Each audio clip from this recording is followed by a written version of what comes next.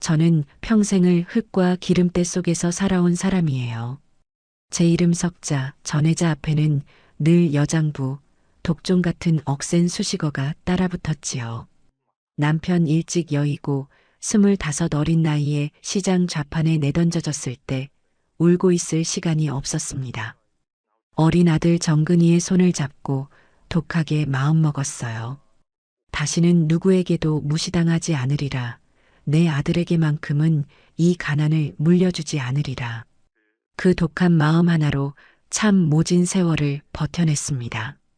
콩나물 한 봉지, 생선 한 마리를 팔아 모은 돈으로 작은 가게를 얻었고 그 가게가 공장이 되고 지금의 중소기업이 되기까지 단 하루도 발 뻗고 편히 잠든 날이 없었던 것 같아요. 그렇게 제 청춘을 다 바쳐 키운 아들, 김정근. 그 애는 제 인생의 유일한 자랑이자 가장 아픈 손가락입니다. 저를 닮아 우직하고 성실하기는 한데 저와는 달리 너무 순하고 물러서 탈이었죠.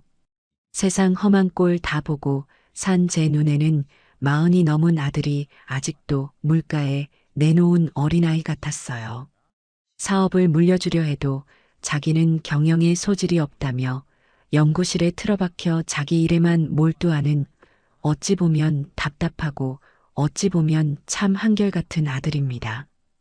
그런 아들이 40을 훌쩍 넘기도록 장가갈 생각을 하느니 제 속은 새까맣게 타들어갔지요. 주변에서는 아들 장가 보내고 이제 좀 편히 사셔야지 하는 말을 인사처럼 건넸지만 저에게는 그게 그리 어려운 일이었습니다. 그러던 어느 날이었어요. 퇴근하고 돌아온 정근이가 저를 찾아와 머뭇거리더군요. 평소와는 다른 그 어색한 태도에 저는 직감적으로 무언가 큰일이 있음을 알아차렸습니다. 엄마, 드릴 말씀이 있어요. 무슨 일이냐? 혹시 회사에 무슨 문제라도 생겼어? 제 물음에 정근이는 손사래를 치며 얼굴을 붉혔습니다. 그 모습에 짐작이 갔어요. 올 것이 왔구나. 제발 이번에는 좀 괜찮은 인연이기를 속으로 얼마나 빌었는지 모릅니다. 아니요, 그런 건 아니고요. 저 만나는 사람이 있습니다. 그래. 저는 일부러 덤덤하게 대답했어요. 여기서 제가 호들갑을 떨면 아들이 더 부끄러워할 걸 아니까요. 찻잔을 들어 올리는 제 손이 미세하게 떨리는 걸 감추며 물었습니다. 만난 지는 얼마나 됐고 어떤 아가씨냐? 만난 지는 1년 좀 넘었어요. 이름은 최아영이고 저보다 8살 어려요. 대기업 마케팅팀에서 일하는데 아주 밝고 똑 부러지는 사람이에요. 아들은 연신 싱글벙글하며 그 여자에 대한 칭찬을 늘어놓았습니다. 아들의 입에서 밝고 똑 부러진다는 말이 나오는 걸 들으니 한편으로는 마음이 놓이면서도 다른 한편으로는 묘한 불안감이 스쳤어요. 순에 빠진 우리 아들이 감당하기에 너무 버거운 상대는 아닐까 하는 노파심이었죠. 하지만 제 아들이 저렇게 좋아서 어쩔 줄 몰라 하는 얼굴을 얼마 만에 보는지 모르겠습니다. 그 행복을 깨고 싶지 않았어요. 그래, 언제 한번 집에 데리고 오너라. 밥이나 한 끼 같이 먹자. 며칠 후 정근이는 약속대로 최아영이라는 아가씨를 집에 데리고 왔습니다. 단정한 원피스 차림에 값비싸 보이는 가방을 들고 있더군요. 이목구비가 시원시원하고 서글서글하게 웃는 얼굴이 첫인상은 참 좋았어요. 싹싹하게 어머님, 처음 뵙겠습니다. 말씀 많이 들었어요. 하며 제가 내민 손을 두 손으로 잡는데 그 손에서 느껴지는 비싼 핸드크림 향기가 낯설었습니다. 제가 평생 맡아온 기름 냄새와는 너무나 다른 세상의 향기였죠. 식사를 하는 내내 화영 씨는 분위기를 주도했습니다. 제 음식 솜씨를 칭찬하고 정근 씨의 좋은 점을 이야기하며 저를 기분 좋게 해주려 애쓰는 모습이 역력했어요. 하지만 이상하게도 저는 그 대화에 온전히 섞여들 수가 없었습니다. 웃고는 있지만 눈은 끊임없이 우리 집안의 가구나 장식품들을 훑어보고 있었어요. 마치 값을 매기기라도 하는 것처럼 말입니다. 평생 사람 상대하는 일로 밥을 먹고 산 제 눈을 속일 수는 없었죠. 저건 순수한 호기심의 눈빛이 아니었습니다. 저건 사람과 배경을 동시에 저울질하는 아주 영민하고 계산적인 사람의 눈빛이었어요. 하지만 옆에서 해벌쭉해 있는 아들 얼굴을 보니 차마 이 쎄한 감정을 내비칠 수가 없었습니다. 그저 내가 너무 사람을 삐딱하게만 보나 보다 하며 애써 제 자신을 다독일 뿐이었죠. 아들이 좋다고 하니 이제 부모된 도리를 다할 차례라고 생각했습니다. 저와는 달리 제 아들만큼은 무엇 하나 부족함 없이 시작하게 해주고 싶었어요. 그동안 정근이가 받아온 월급이나 연구 성과금 같은 건 한 푼도 손대지 않고 통장에 차곡차곡 모아두었지만 그걸로는 서울에 번듯한 집 한 채 구하기 턱없이 부족하다는 걸 잘 알고 있습니다. 남들처럼 대출 끼고 융자금 갚느라 허덕이며 신혼을 시작하게 하고 싶지는 않았어요. 그건 제가 악착같이 돈을 번 이유를 정면으로 부정하는 일이나 마찬가지였습니다. 그래서 큰 결심을 했어요. 제 아들의 새 출발을 위해 제 인생 최대의 선물을 해주기로요. 며칠 밤낮으로 부동산 시세를 알아보고 직접 발품을 팔아 괜찮은 매물을 수소문했습니다. 그리고 정근이를 제 서재로 불렀습니다. 정근아, 앉아보렴. 네, 엄마. 아들은 무슨 영문인지 몰라 어리둥절한 얼굴로 제 앞에 앉았어요. 저는 책상 서랍에서 제가 며칠간 검토했던 아파트 분양 서류와 시세표를 꺼내 아들 앞에 내밀었습니다. 결혼 날짜 잡기 전에 신혼집부터 먼저 정하는 게 순서일 것 같구나. 엄마가 집 한 채 해주마. 네, 엄마, 저희 돈 모은 거 있어요. 그렇게까지 안 하셔도 너희가 모은 돈은 살면서 더 좋은 곳에 써라. 이건 내가 너에게 주는 결혼 선물이다. 저는 그중 가장 마음에 들었던 아파트의 조감도를 손으로 가리켰습니다. 여기가 어떨까 싶다. 마포 쪽인데 교통도 좋고 주변 환경도 조용해서 너희가 살기에는 안성맞춤일 거야. 34평에 남양이고 가격은 10억 정도 하더구나. 제 말이 끝나자마자 아들의 눈이 휘둥그레졌습니다. 10억이라는 액수가 믿기지 않는다는 표정이었죠. 잠시 말을 잃고 저와 서류를 번갈아 보던 아들의 눈시울이 서서히 붉어졌습니다. 엄마 정말이에요? 내가 빈말하는 사람인 거 봤니? 이 집에서 아무 걱정 없이 행복하게 살아. 그게 내가 바라는 전부다. 엄마. 아들은 끝내 말을 잇지 못하고 고개를 숙였습니다. 40 넘은 아들이 제 앞에서 소리 없이 우는데 저 역시 목이 메어왔어요. 고생한 보람이 있구나. 내 아들이 저렇게 기뻐하는 모습을 보니 10억이 아니라 100억이라도 아깝지 않다는 생각이 들었습니다. 정근이는 한참 만에 고개를 들고는 제 손을 꾹 잡았어요. 감사합니다, 엄마. 정말 감사해요. 평생 잊지 않을게요. 제가 더 잘할게요. 그날 밤 아들은 곧바로 화영 씨에게 이 소식을 전한 모양이었습니다. 아들의 목소리는 평소보다 몇 톤은 더 들떠 있었죠. 저는 그 모습을 흐뭇하게 바라보며 이제야말로 정말 모든 것이 순조롭게 풀릴 것이라고 믿어 의심치 않았습니다. 제 불안감은 그저 늙은 어미의 기우였을 뿐이라고 그렇게 생각했어요. 그 믿음이 얼마나 어리석고 순진한 것이었는지를 깨닫는 데는 그리 오랜 시간이 걸리지 않았습니다. 주말에 화영 씨를 따로 불러내 식사를 대접했어요. 예비 며느리에게 점수도 좀 따고 앞으로의 계획에 대해서도 편안하게 이야기하고 싶었기 때문입니다. 최고급 한정식 집에 예약을 하고 화영 씨가 좋아한다는 와인도 한 병 주문했죠. 화영아, 편하게 불러도 되지? 앞으로는 우리도 한 가족이 될 사이잖니. 그럼요, 어머님. 편하게 대해주세요. 화영이는 상냥하게 웃으며 대답했어요. 분위기는 화기애애했습니다. 저는 정근이의 어린 시절 이야기를 해주었고, 화영이는 자기 회사에서 있었던 재미있는 에피소드들을 들려주었죠.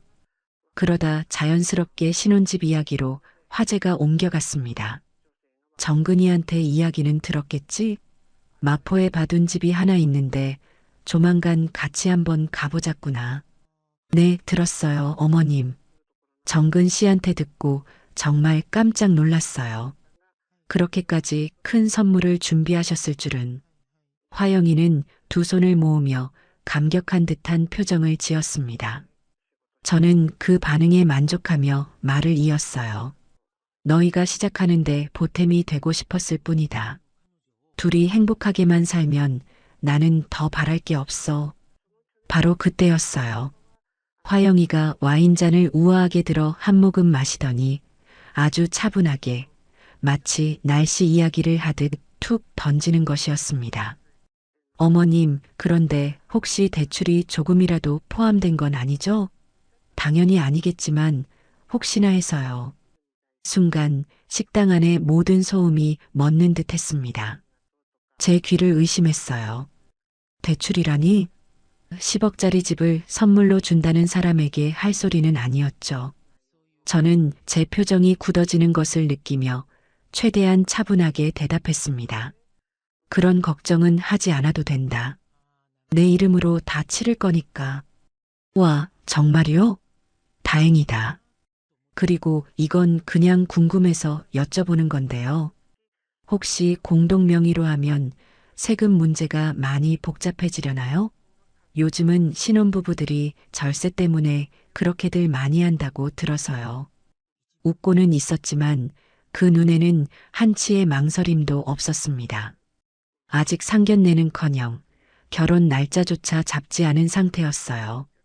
그런데 벌써부터 명예 문제를 거론하다니요. 저는 그 순간 며칠 전 식탁에서 느꼈던 글쎄한 감정의 정체를 똑똑히 마주했습니다. 이 아가씨, 보통 내기가 아니구나. 아주 영악하고 자기 몫을 챙기는데 조금의 주저함도 없는 사람이구나. 저는 애써 미소를 지으며 찻잔으로 손을 뻗었습니다. 글쎄다. 그런 복잡한 문제는 나중에 생각해도 늦지 않겠지. 우선은 집부터 마음에 들어야 할 테니 더 이상 그 주제로 대화를 이어나가고 싶지 않았습니다. 화영이도 제 단호한 어조를 알아차렸는지, 아, 네.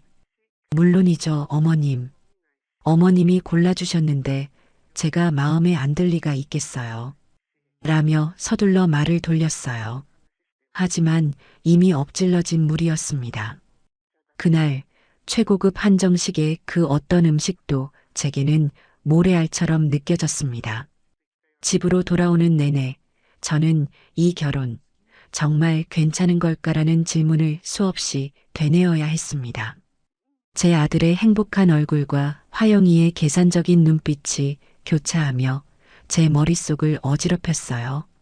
폭풍이 몰려오기 전에 고요함처럼 불안한 평화가 위태롭게 저와 제 아들을 감싸고 있었습니다. 그 주 주말 저는 약속대로 아들 내외를 데리고 마포의 아파트로 향했습니다. 제 차를 운전해서 가는 내내 아들 정근이는 옆자리에서 연신 조잘거렸어요. 화영이가 얼마나 기대하고 있는지 어젯밤에는 설레서 잠도 설쳤다느니 엄마의 통 큰 선물 덕분에 어깨가 으쓱한다느니 아이처럼 들떠 있었죠. 저는 백미러로 뒷자리에 앉은 화영이를 힐끗 쳐다보았습니다. 그녀는 부드럽게 미소 지으며 창밖을 내다보고 있었지만 그 미소는 어쩐지 제 마음에 와닿지 않고 겉도는 느낌이었어요. 며칠 전 한정식집에서의 그 대화가 여전히 제 마음속에 작은 가시처럼 박혀 있었기 때문입니다. 하지만 애써 그 생각을 지웠어요. 그래, 아직 어린 아가씨니 세상 물정 몰라 그럴 수도 있지.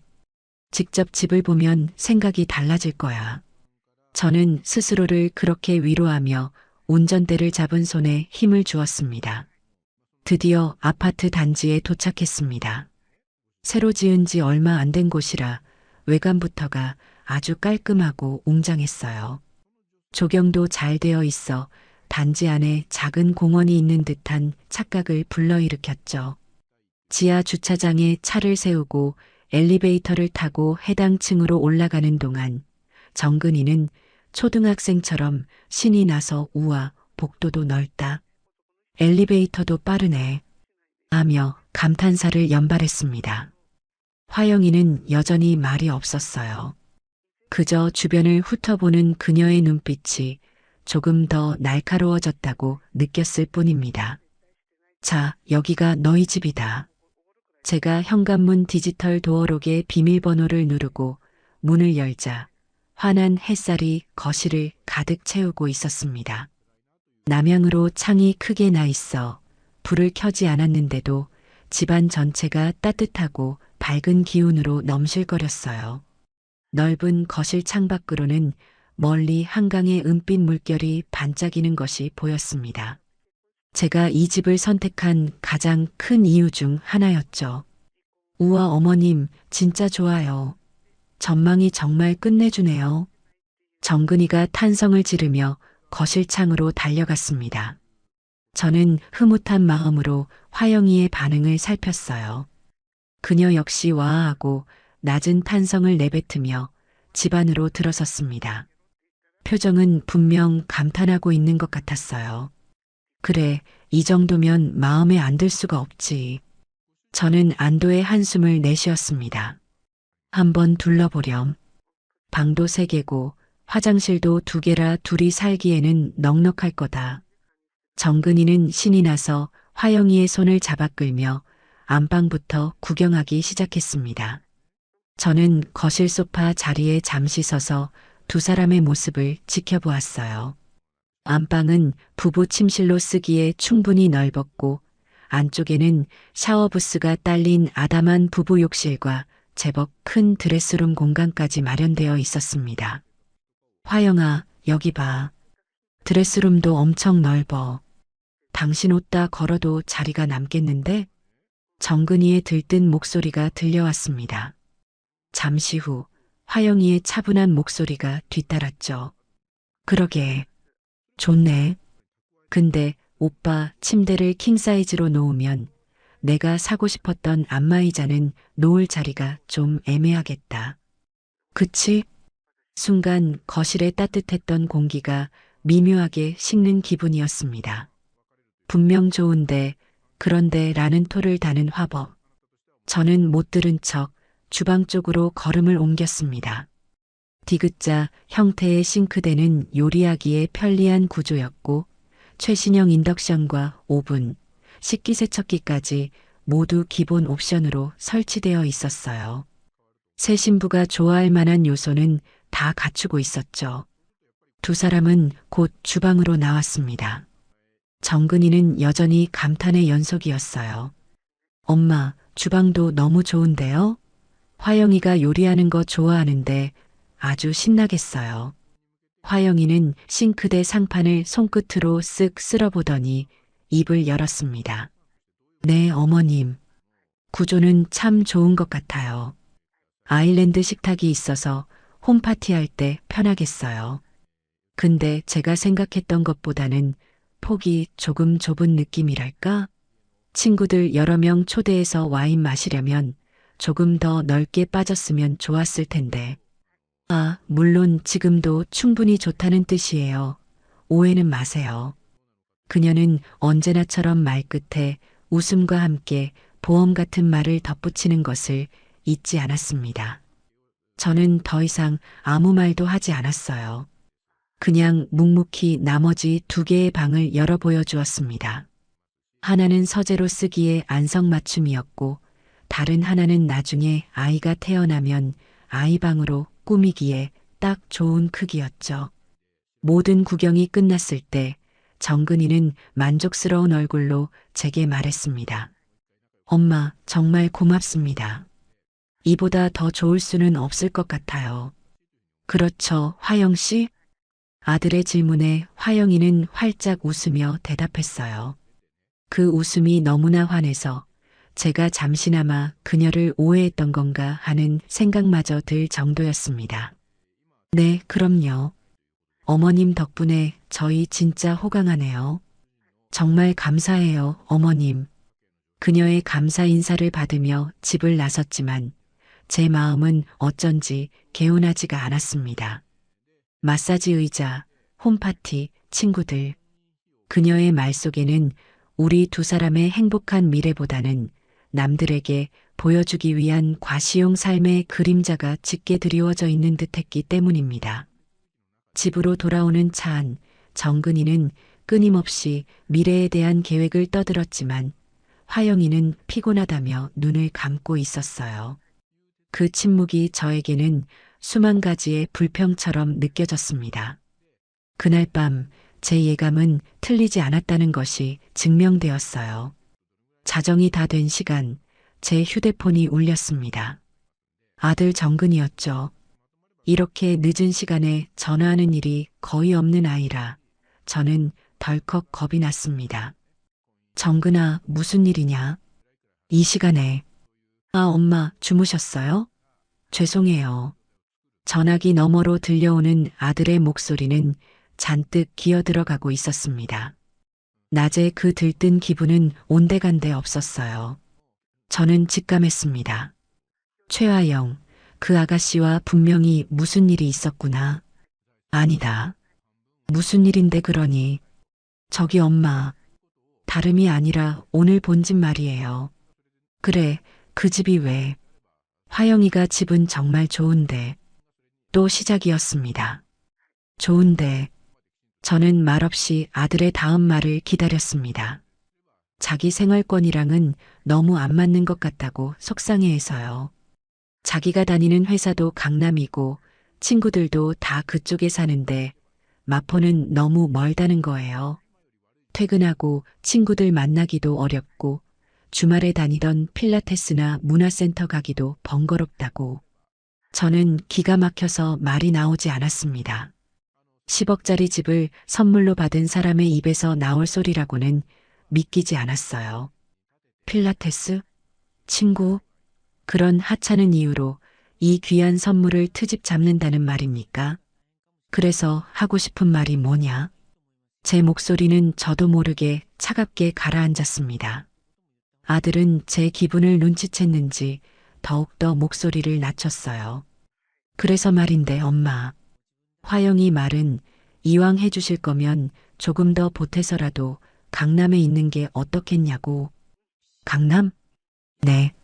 물론 강남에 이만한 새 아파트는 어림도 없다는 거 알아요. 그러니까 좀 작고 낡은 빌라나 오피스텔이라도 위치가 강남인 게 자기 미래를 위해서는 더 나을 것 같다고 하네요. 그게 나중에 투자 가치도 더 높을 거라면서.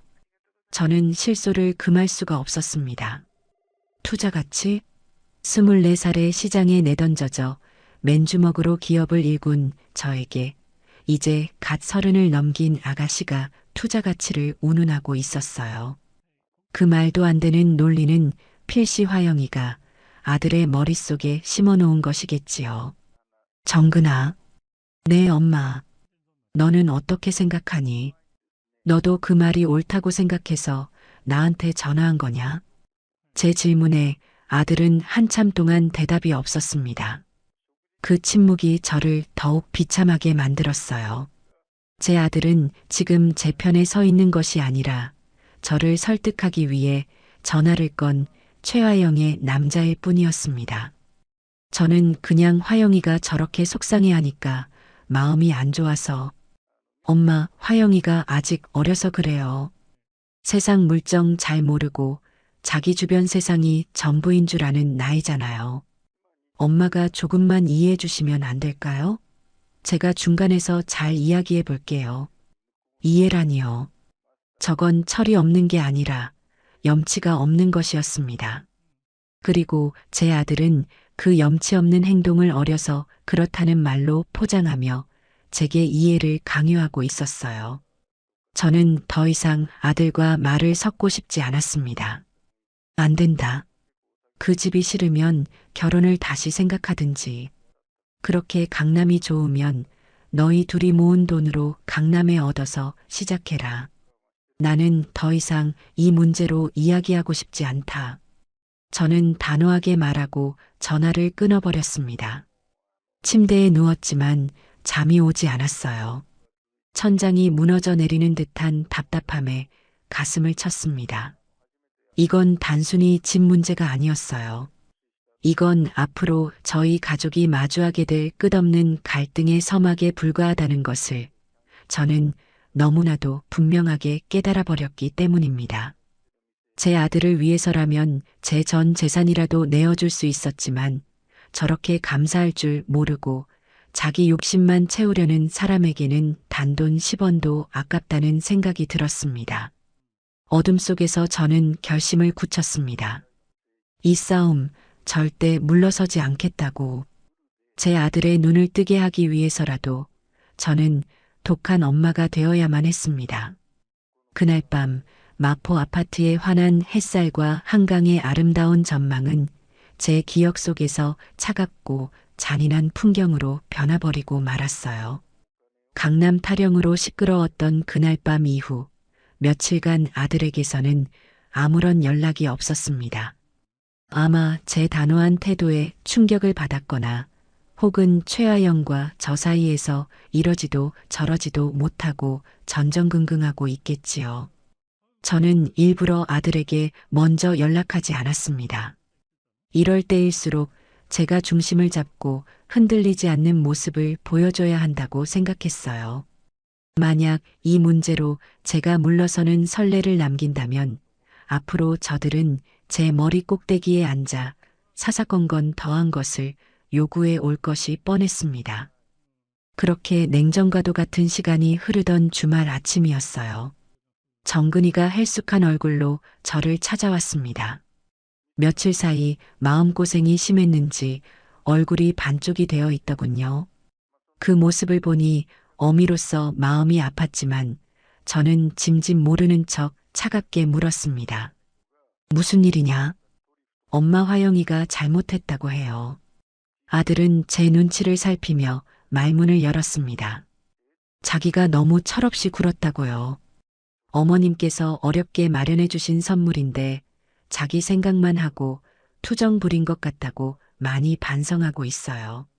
마포 아파트 정말 감사한 마음으로 받겠다고 전해달래요. 저는 아무 대꾸도 하지 않았습니다. 그 말이 진심이라고는 조금도 믿기지 않았기 때문이에요. 분명 제게서 더 이상 얻어낼 것이 없다고 판단하자 일단 한 발 물러서는 척하는 것이겠지요. 제 침묵에 아들은 더욱 조급해졌습니다. 엄마, 정말이에요. 화영이가 저한테 울면서 사과했어요. 엄마 마음 상하게 해드려서 너무 죄송하다고. 그러니까 엄마도 이제 화 푸세요. 네. 아들이 제 팔을 잡고 애원하듯 말하는데 차마 매정하게 뿌리칠 수가 없었습니다. 아들이 저렇게까지 나오는데 어쩌겠어요. 저는 못 이기는 척 고개를 끄덕였습니다. 알았다. 그렇게까지 생각한다니 나도 더는 문제 삼지 않으마. 제 허락이 떨어지자 아들의 얼굴에 그제야 화색이 돌았습니다. 저는 그 길로 부동산에 연락해 아파트 계약을 마무리 지었습니다. 수억 원의 돈이 오가는 계약서에 도장을 찍으면서도 마음 한구석의 찜찜함은 가시지를 않았어요. 마치 함정 속으로 제 발로 걸어 들어가는 기분이었습니다. 며칠 뒤 저는 아들을 불러 아파트 현관 키와 등기권리증을 건넸습니다. 이제부터는 너희 집이다. 필요한 가구나 가전제품들 목록 뽑아서 가져오너라. 그것까지는 내가 해주마. 엄마, 정말 감사합니다. 이 은혜를 어떻게 다 갚죠? 아들은 감격에 겨워 제 손을 부여잡았습니다. 저는 그 손을 토닥이며 말했어요. 은혜는 무슨, 너희 둘이 행복하게 사는 게 갚는 거다. 화영이랑 시간 날 때 집에 가서 필요한 것들 사이즈도 재고 어떻게 꾸밀지 구상도 해보렴. 그것이 제 실수였습니다.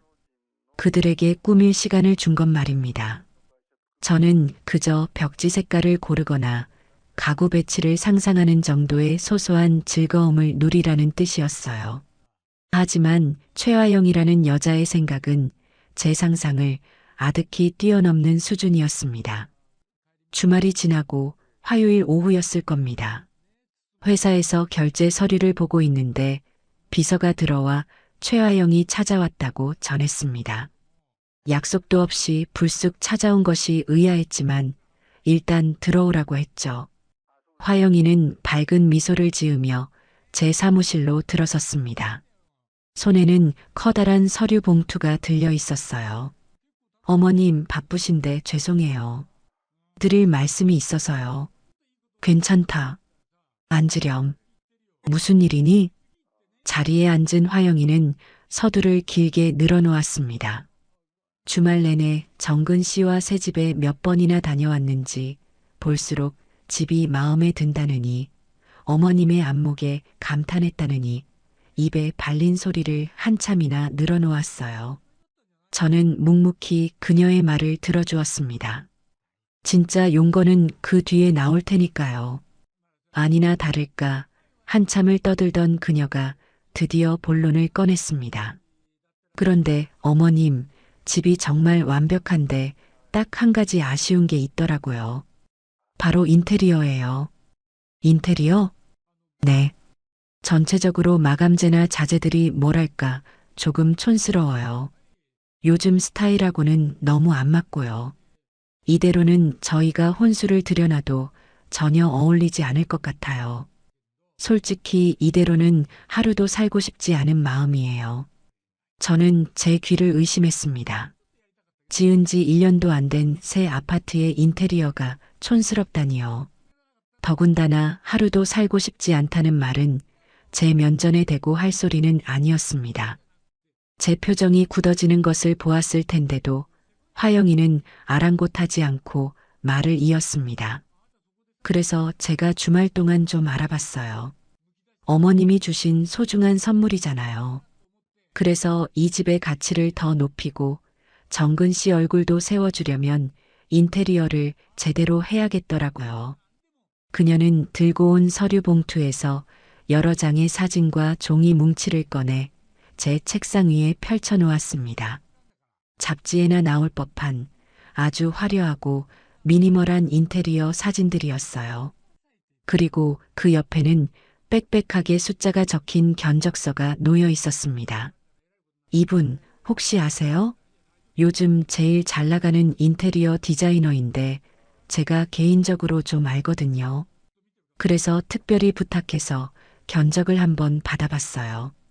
저는 견적서로 눈을 돌렸습니다. 그리고 그 아래 적힌 총합계 금액을 보고는 헛웃음이 터져 나오는 것을 겨우 참아야 했습니다. 총 공사비용 2억 3천만 원. 집값의 20%가 넘는 터무니없는 금액이었어요. 세부 항목을 훑어보니 더 가관이었습니다. 거실 바닥은 전량 이탈리아산 천연 대리석, 주방 가구는 독일제 명품 브랜드, 조명은 전부 북유럽 디자이너 제품, 심지어는 화장실 수전 하나까지 수백만 원짜리 수입품으로 채워져 있었습니다. 이건 인테리어가 아니라 집을 새로 짓는 수준의 견적이었습니다. 화영아. 제 목소리는 분노로 낮게 잠겨 있었어요. 이게 지금 말이 된다고 생각하니? 집을 사줬더니 이제는 집을 새로 지어달라는 소리로구나.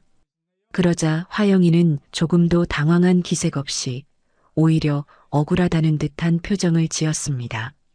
어머님, 왜 그렇게 말씀하세요? 저는 다 어머님과 정근 씨를 위해서 그런 건데요. 생각해 보세요. 어머님이 10억짜리 집을 해주셨는데 막상 친구들이 집들이 와서 인테리어가 이게 뭐냐고 수군거리면 그게 누구 망신이겠어요? 다 정근 씨 얼굴에 먹칠하는 거고 더 나아가서는 어머님 체면을 깎는 일이잖아요. 기가 막힌 논리였습니다. 제 체면을 위해 2억이 넘는 돈을 더 쓰라니요. 내 체면은 내가 알아서 챙긴다. 이 견적은 말도 안 돼. 절대 허락 못한다. 제가 단호하게 선을 긋자 화영이의 얼굴에서 상냥한 미소가 순식간에 사라졌습니다. 대신 그 자리에는 차가운 계산과 노골적인 불만이 자리 잡았어요.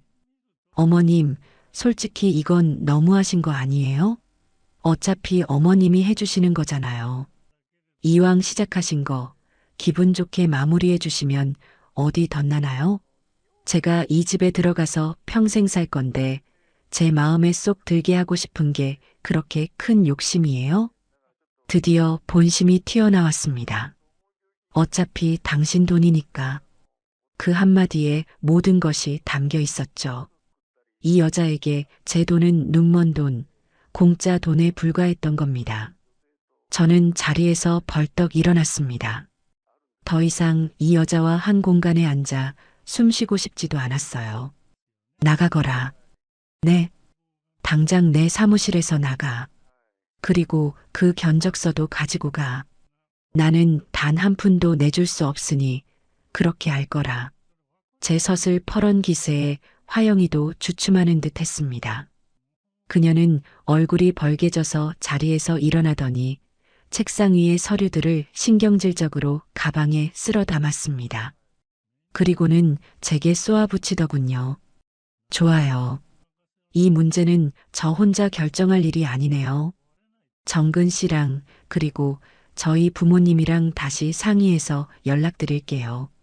그 말은 곧 자기 부모까지 이 싸움에 끌어들이겠다는 선전포고였습니다.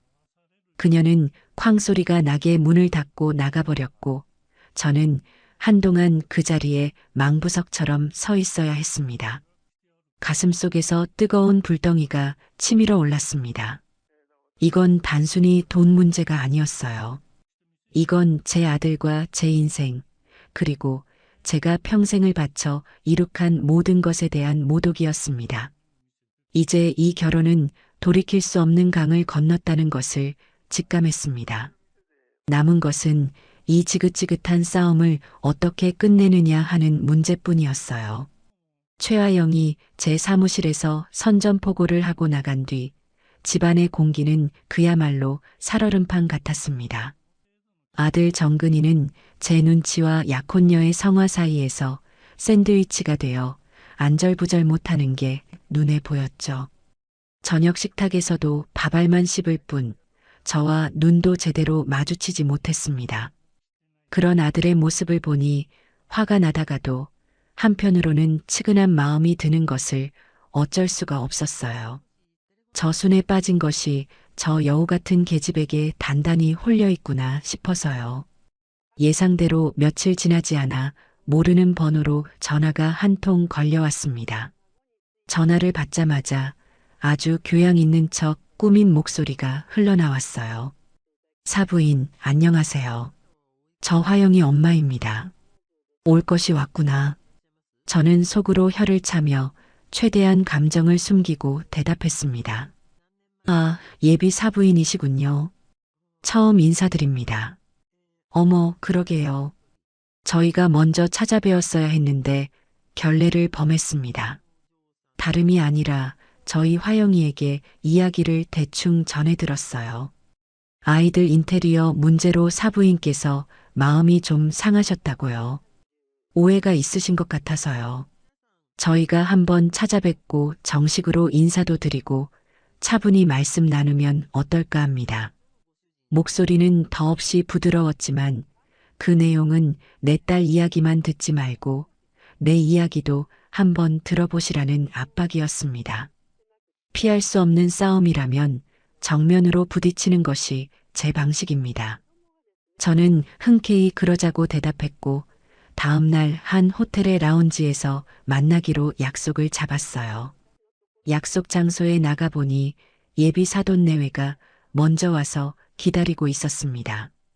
예비 사부인은 머리부터 발끝까지 값비싼 명품으로 치장하고 있었고 옆에 앉은 예비 사돈은 두툼한 손목에 번쩍이는 금장 시계를 차고 있더군요. 그들의 행색만 보아도 어떤 사람들인지 대충 짐작이 갔습니다. 아이고 사부인. 이렇게 직접 나와주시고 정말 감사합니다. 저희가 진작에 찾아뵙고 인사드렸어야 했는데 예비 사부인이 호들갑을 떨며 제 손을 잡았습니다. 저는 가벼운 목례로 인사를 대신하고 자리에 앉았어요. 본격적인 탐색전이 시작되었습니다.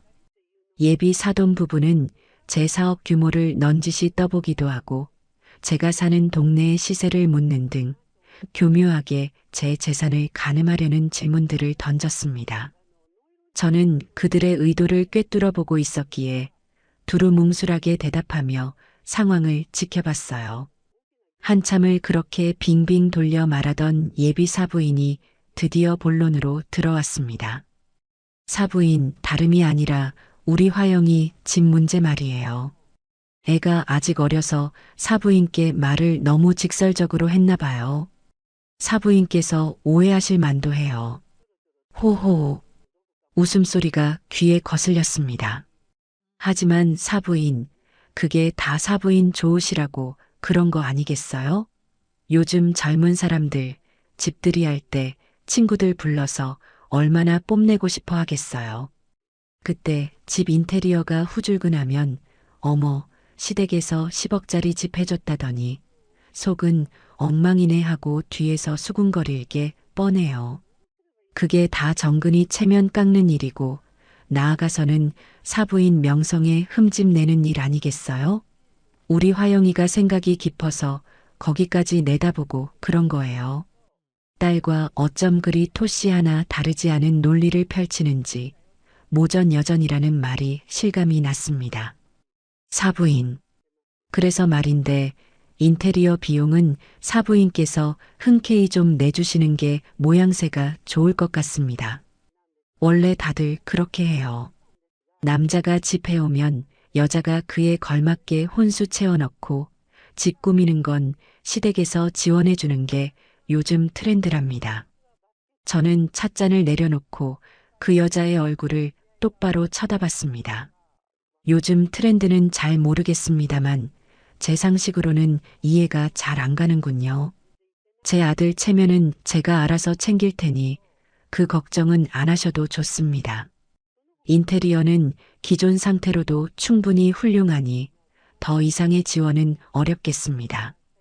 제 단호한 거절에 예비 사부인의 얼굴에서 가식적인 미소가 옅어졌습니다. 옆에 있던 예비 사돈이 헛기침을 하며 대화에 끼어들었죠. 허허 사부인. 너무 그렇게 딱 잘라 말씀하시니 저희가 좀 서운합니다. 저희도 귀한 딸 자식 남의 집에 보내는 입장 아니겠습니까? 이왕 시작하는 거 부족함 없이 시작하게 해주고 싶은 게 부모 마음이지요. 그가 부모 마음을 운운하는 순간 저는 이 대화가 인테리어에서 끝나지 않을 것임을 직감했습니다. 아니나 다를까 예비 사부인이 능숙하게 화제를 돌렸어요. 그래요, 사부인. 인테리어 문제는 천천히 다시 이야기하기로 하고요. 그것보다 더 중요한 예단 문제를 좀 의논드렸으면 해요. 드디어 올 것이 왔습니다.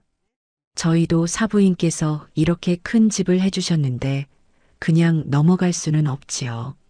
그래서 저희가 현금으로 예단을 두둑하게 준비할까 합니다.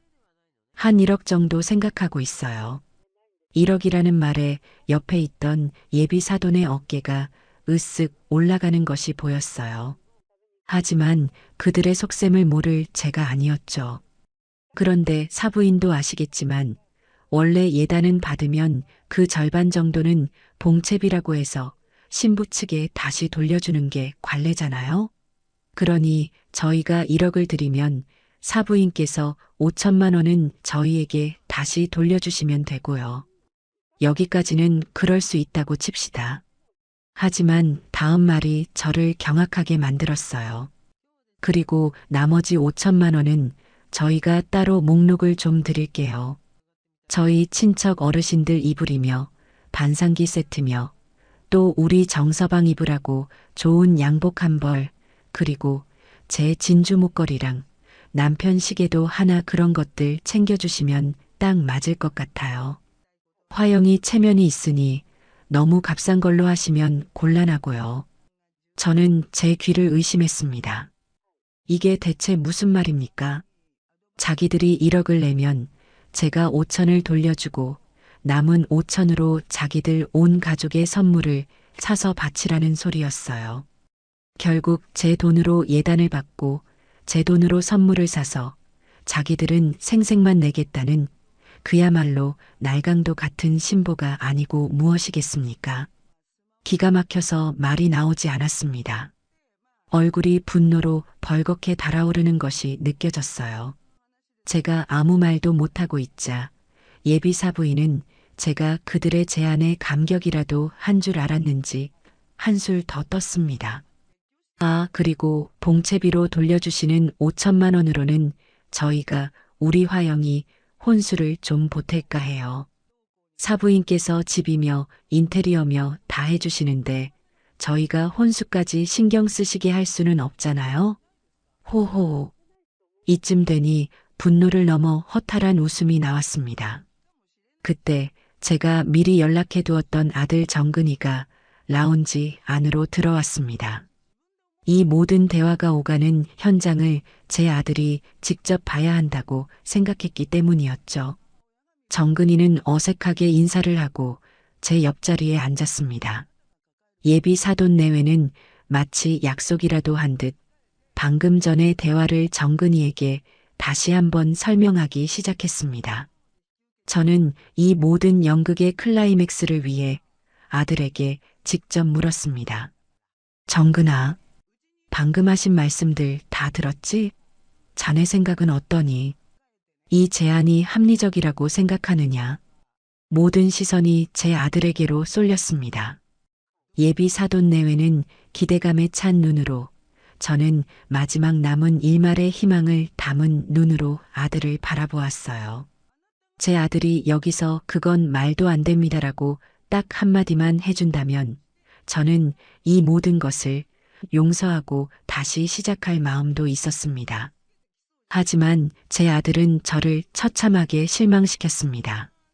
정근이는 제 얼굴과 예비 사돈의 얼굴을 번갈아 쳐다보며 한참을 우물쭈물하더군요. 그리고는 기어들어가는 목소리로 세상에서 가장 한심한 대답을 내놓았습니다.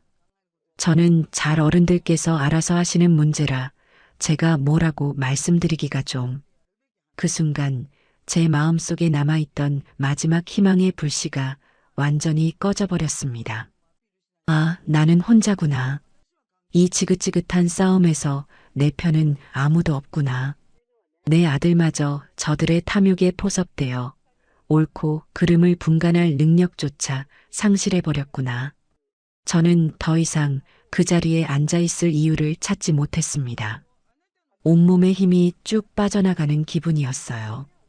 예비 사돈 내외의 얼굴에 번지는 만족스러운 미소와 그런 그들의 눈치를 보며 안절부절 못하는 내 아들의 한심한 모습을 뒤로 한 채 저는 말없이 자리에서 일어났습니다.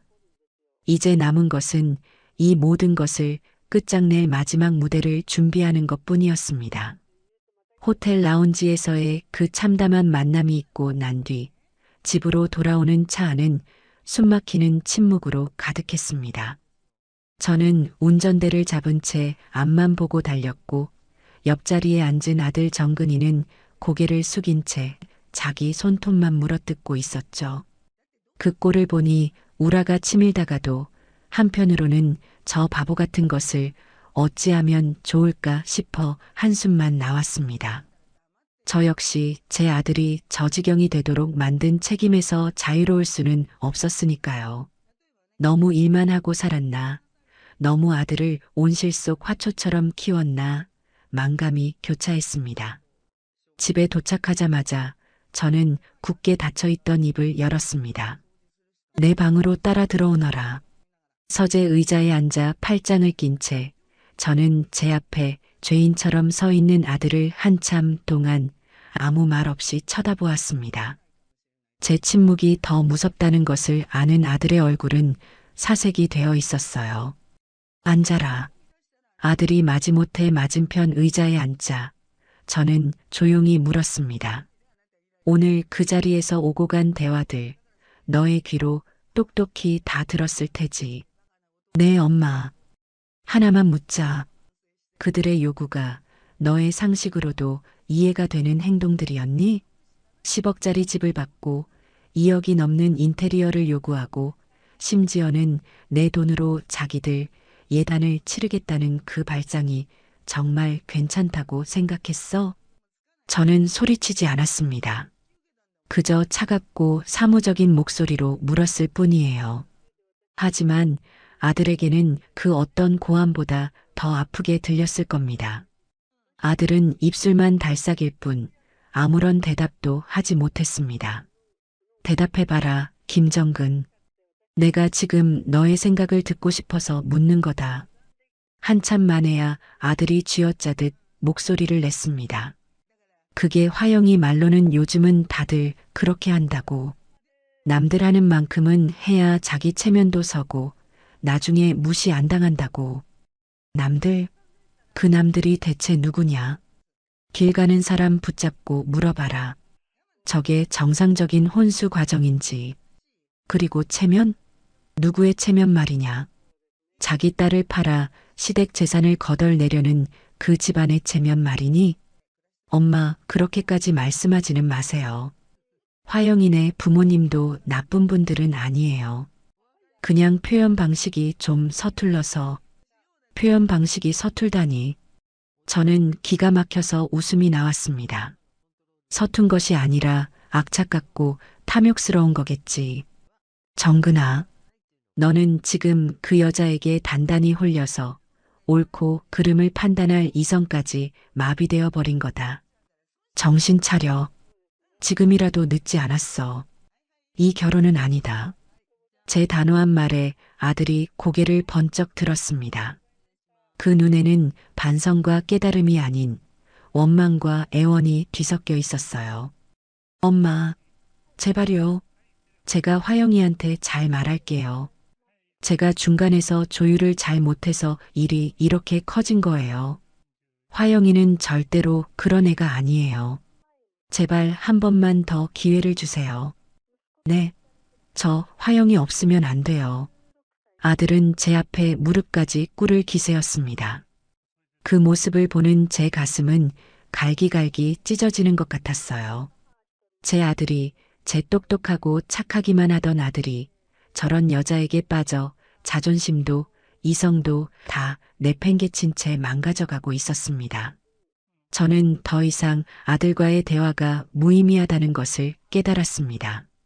알겠다. 그럼 너의 뜻대로 해봐라. 정말이요, 엄마? 아들의 얼굴에 순간 희망이 스쳤습니다. 저는 그 희망을 가차없이 짓밟았어요. 대신 조건이 있다. 앞으로 집 문제든 예단 문제든 돈과 관련된 그 어떤 것도 나에게는 일절 이야기하지 마라. 너희 둘이 알아서 해결해. 인테리어를 2억으로 하든 3억으로 하든 예단을 1억으로 하든 2억으로 하든 너의 힘으로 해. 나는 더 이상 관여하지 않겠다. 엄마, 그게 무슨.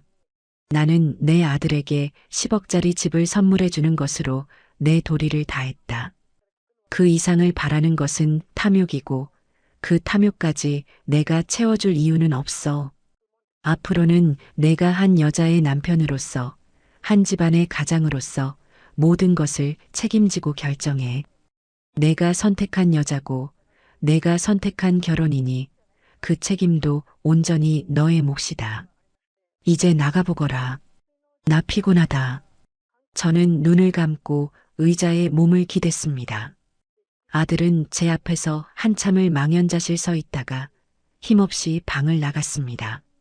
저는 그날 밤 제가 아들을 잘못 키웠다는 것을 뼈저리게 인정해야만 했습니다. 제 아들은 가장이 될 준비가 전혀 되어 있지 않은 마마보이에 불과했어요. 그리고 그 사실을 깨닫게 해준 최화영이라는 여자가 어쩌면 제 아들에게는 마지막 약이 될지도 모른다는 잔인한 생각마저 들었습니다. 그 후 며칠간 집안은 숨막히는 정적으로 가득했습니다. 저는 회사 일에만 몰두했고 아들은 저를 피해 다니기 바빴죠. 그 사이 무슨 일이 오고 갔는지 아들의 얼굴은 날이 갈수록 어두워졌습니다. 아마도 자기 능력으로는 약혼녀의 요구를 들어줄 수 없다는 현실을 깨닫고 있겠지요. 그러던 어느 날 오후 제 오랜 친구이자 저처럼 맨손으로 시작해 성공한 사업가인 박선주 사장에게서 전화가 왔습니다. 박 사장은 다짜고짜 제게 안부를 묻더군요. 전 사장, 별일 없고? 요즘 아들 결혼 준비로 바쁘겠다. 바쁘긴. 골치 아픈 일만 많다.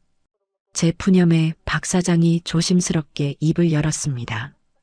혹시 예비 며느님하고 무슨 일 있었어? 그건 왜 묻나?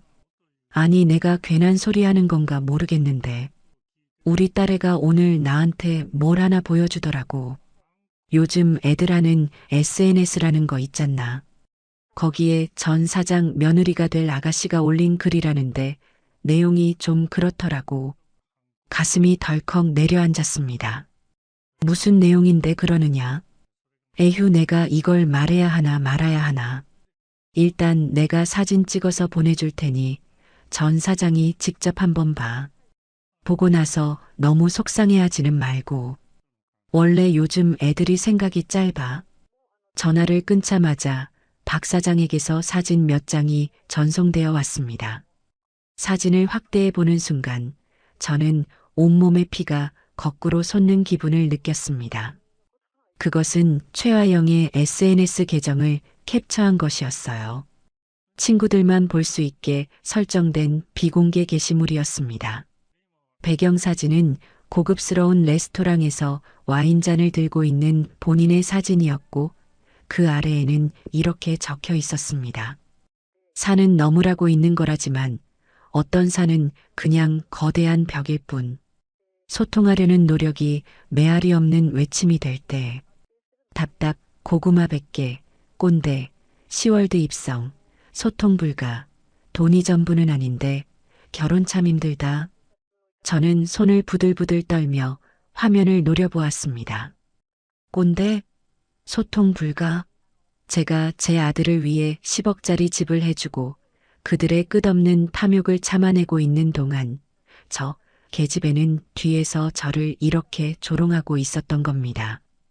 돈이 전부는 아닌데 라는 해시태그는 위선의 극치였어요.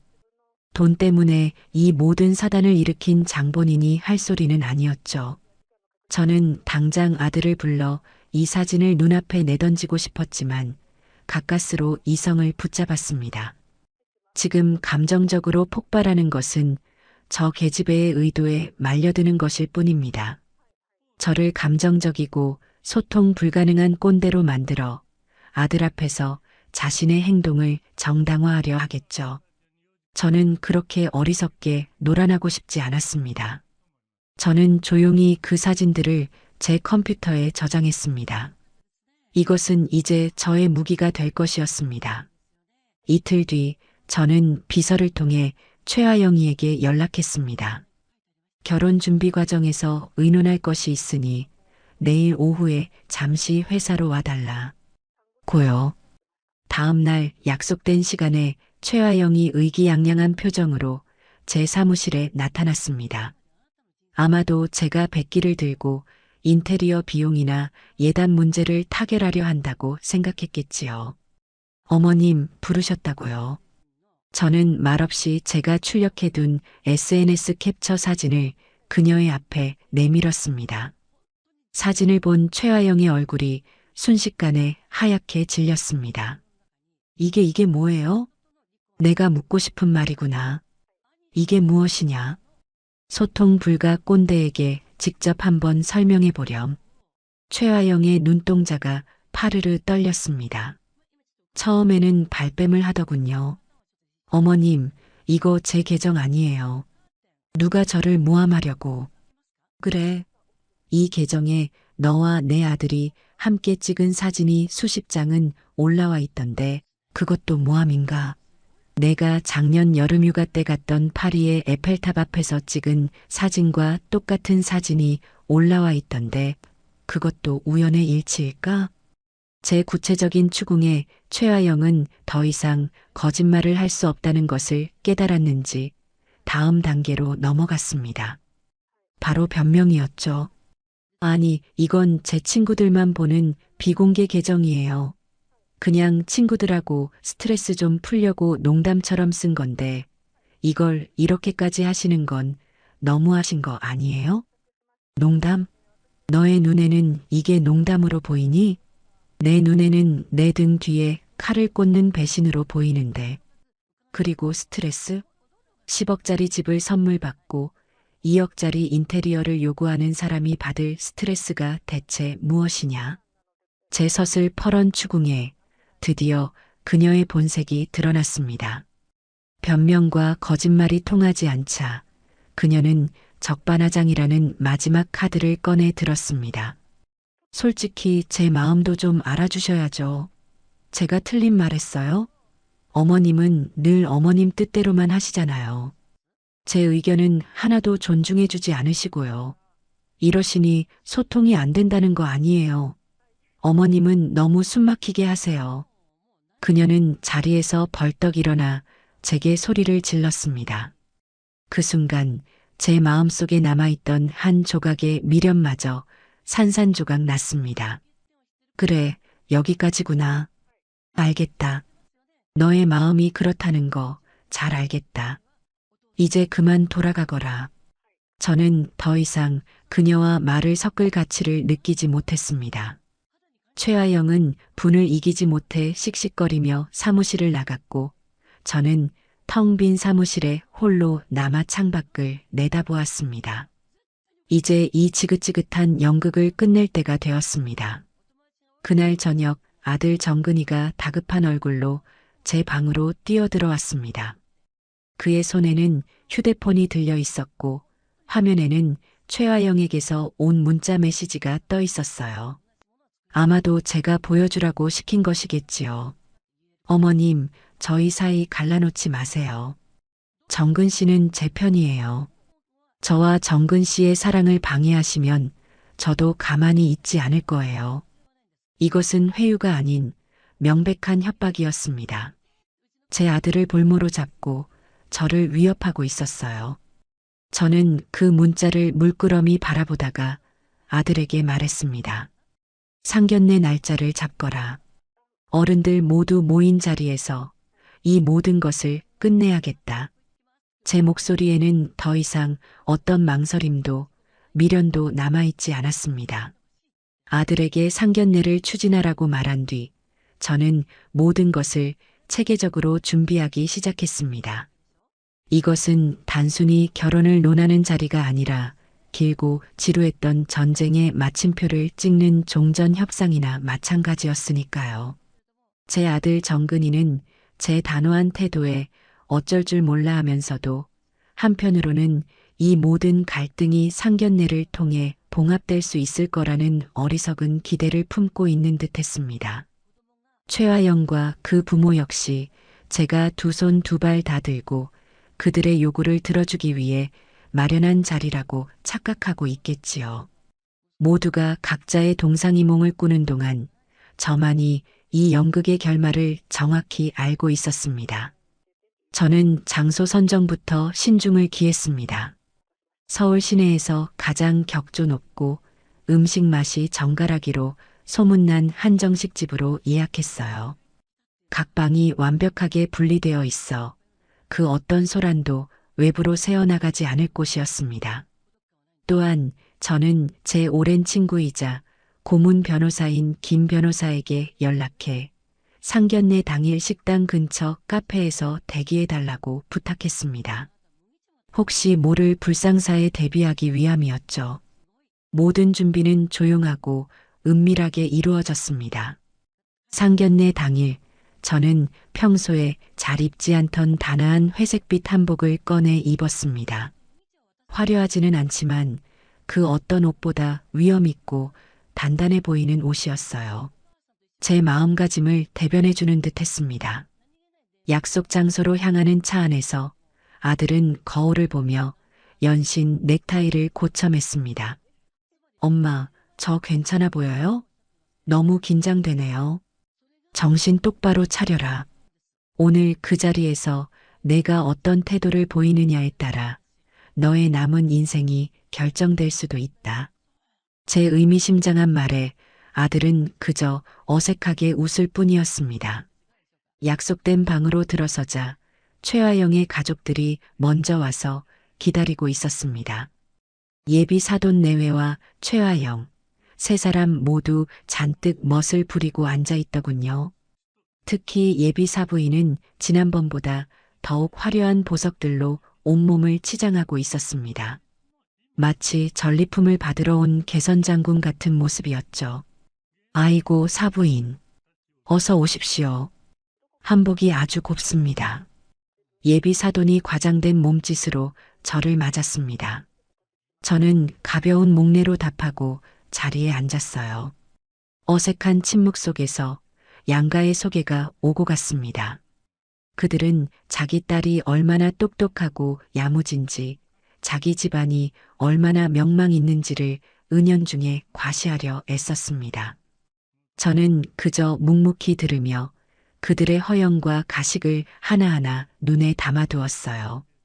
음식이 한 코스 들어오기 시작했습니다. 최고급 식자재로 만든 정갈한 음식들이었지만 그 누구도 음식 맛을 제대로 느끼지는 못하는 듯 했어요. 분위기는 겉으로는 화기애애했지만 그 수면 아래에서는 보이지 않는 팽팽한 기싸움이 벌어지고 있었습니다. 와인이 몇 잔 돌고 분위기가 무르익자 슬슬 그들의 본색이 드러나기 시작했습니다. 사부인, 그래서 결혼식장은 어디로 생각하고 계십니까? 저희 화영이는 신라호텔이나 롯데호텔을 마음에 들어하는 것 같던데 사부인 생각은 어떠신지요? 예비 사부인이 운을 띄웠습니다. 제가 대답하기도 전에 아들 정근이가 맞장구를 쳤습니다. 아, 네. 저도 그 두 군데가 좋다고 생각합니다. 일생에 한 번뿐인 결혼식이니까요. 저는 속으로 끓어오르는 분노를 억누르며 찻잔만 만지작거렸습니다. 결혼식장이야 나중에 천천히 의논해도 될 일입니다. 제 차가운 대답에 분위기가 살짝 가라앉았지만 그들은 멈추지 않았습니다. 이번에는 예비 사돈이 나섰죠. 허허, 맞습니다. 식장이야 돈만 주면 어디든 못 잡겠습니까? 그것보다 신혼여행지가 더 중요하지요. 요즘 젊은이들은 기본이 몰디브나 유럽으로 2주 이상은 다녀온다면서요?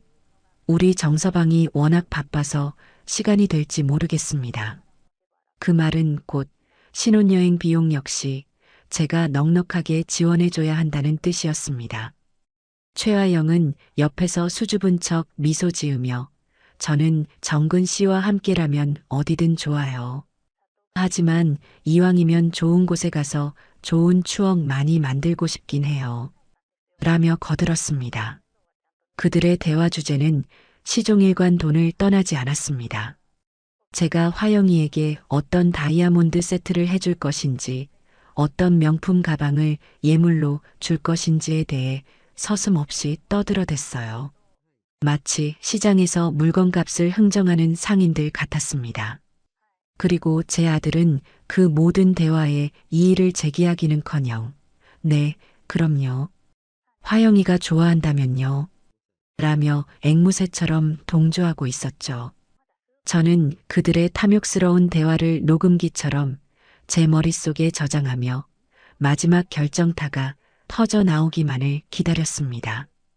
제 오랜 경험상 인간의 탐욕은 절대로 한 지점에서 멈추지 않기 때문입니다. 그들은 반드시 선을 넘는 요구를 해올 것이고 저는 바로 그 순간을 포착해야 했습니다. 마침내 식사의 마지막 코스인 다가가 나올 때쯤이었습니다. 그동안 저의 침묵을 긍정의 의미로 해석한 예비 사돈이 드디어 숨겨왔던 발톱을 완전히 드러냈습니다. 그는 헛기침을 한번 크게 하더니 아주 인심 좋은 사람인 척 웃으며 제게 말했습니다. 사부인, 드릴 말씀이 있습니다. 오늘 이렇게 양가가 다 모인 자리에서 가장 중요한 문제를 매듭 짓고 가는 것이 좋을 것 같습니다. 말씀하시지요. 다름이 아니라 사부인께서 우리 아이들에게 선물해 주신 그 마포의 아파트 말입니다. 정말 감사하게 생각하고 있습니다. 그런데 말입니다. 그는 잠시 말을 끊고 제 눈치를 살폈습니다. 제가 아무런 반응을 보이지 않자 그는 용기를 얻은 듯 말을 이었습니다.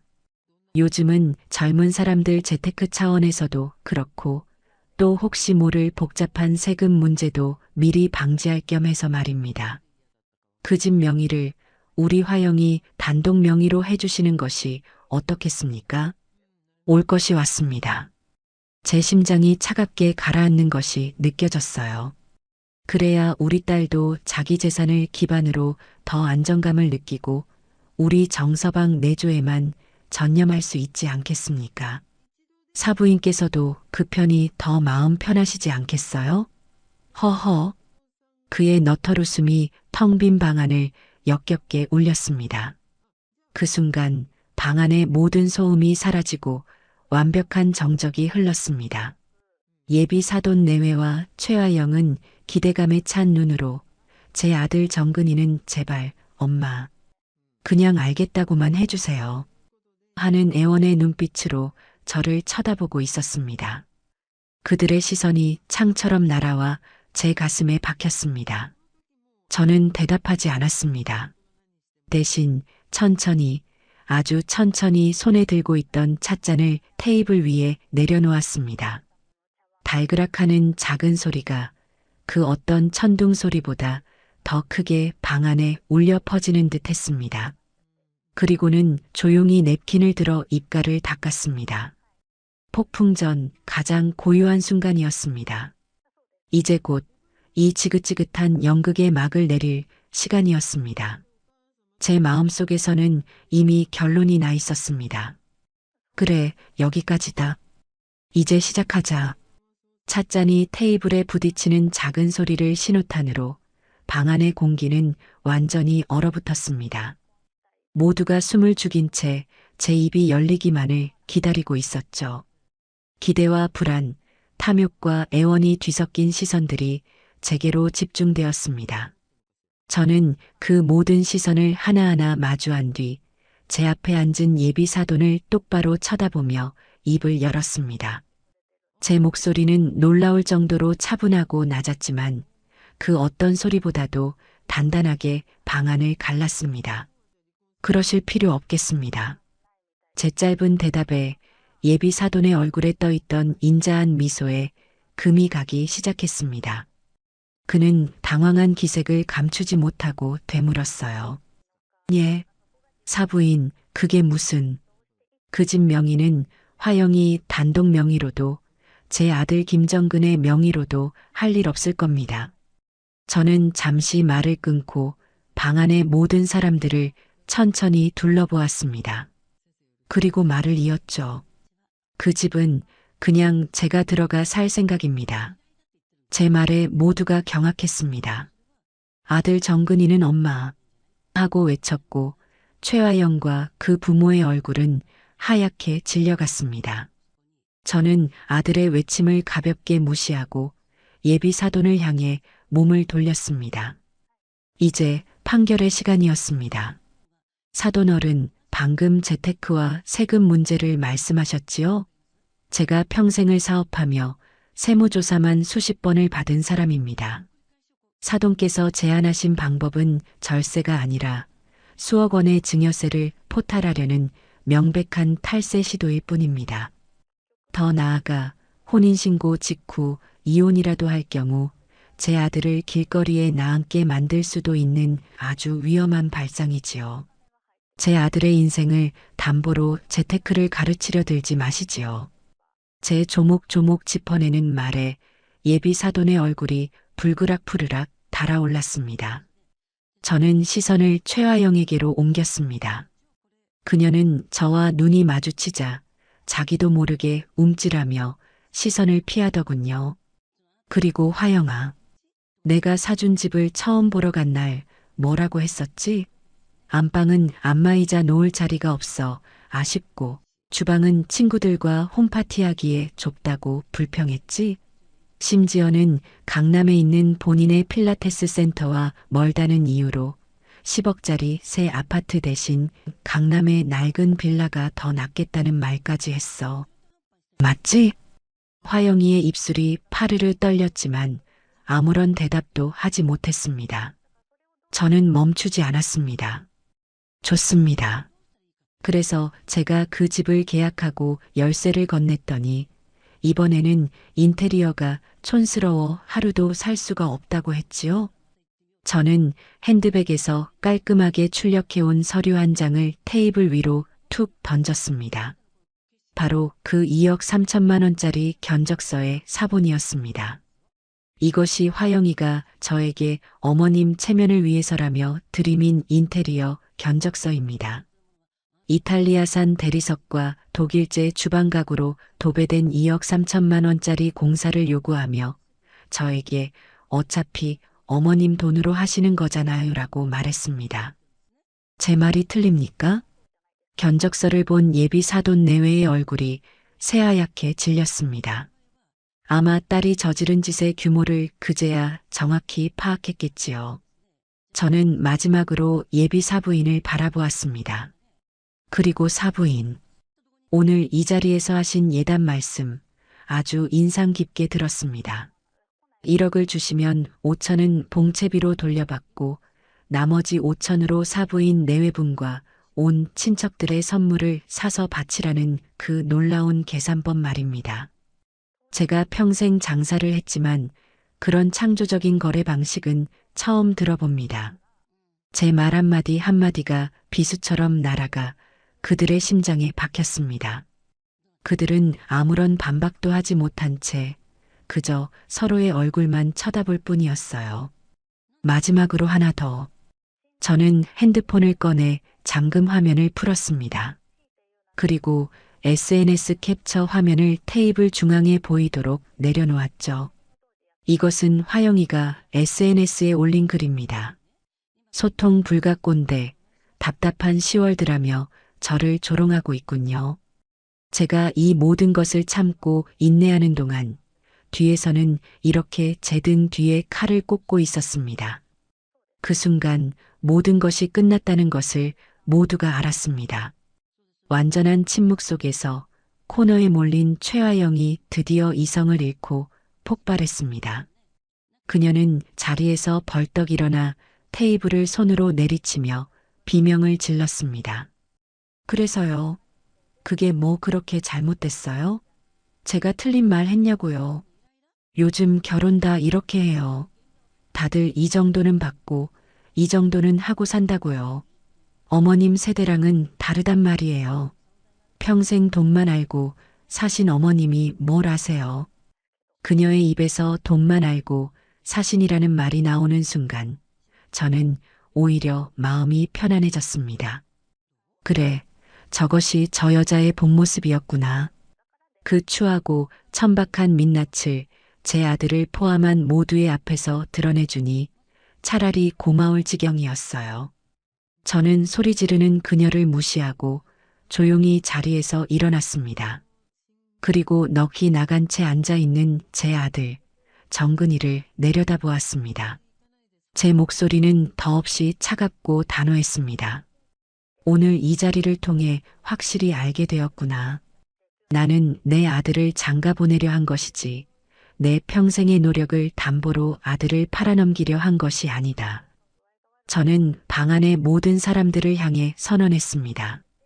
나는 내 아들이 한 여자의 남편이 되어 행복한 가정을 꾸리길 바랐지 탐욕스러운 날강도 때의 영원한 현금 지급기가 되기를 바라지 않았습니다. 그리고 마지막으로 제 아들을 향해 명령했습니다. 김정근, 일어나라. 아들은 망연자실한 눈으로 저를 올려다보았습니다. 이 결혼, 오늘 이 시간부로 없던 걸로 한다.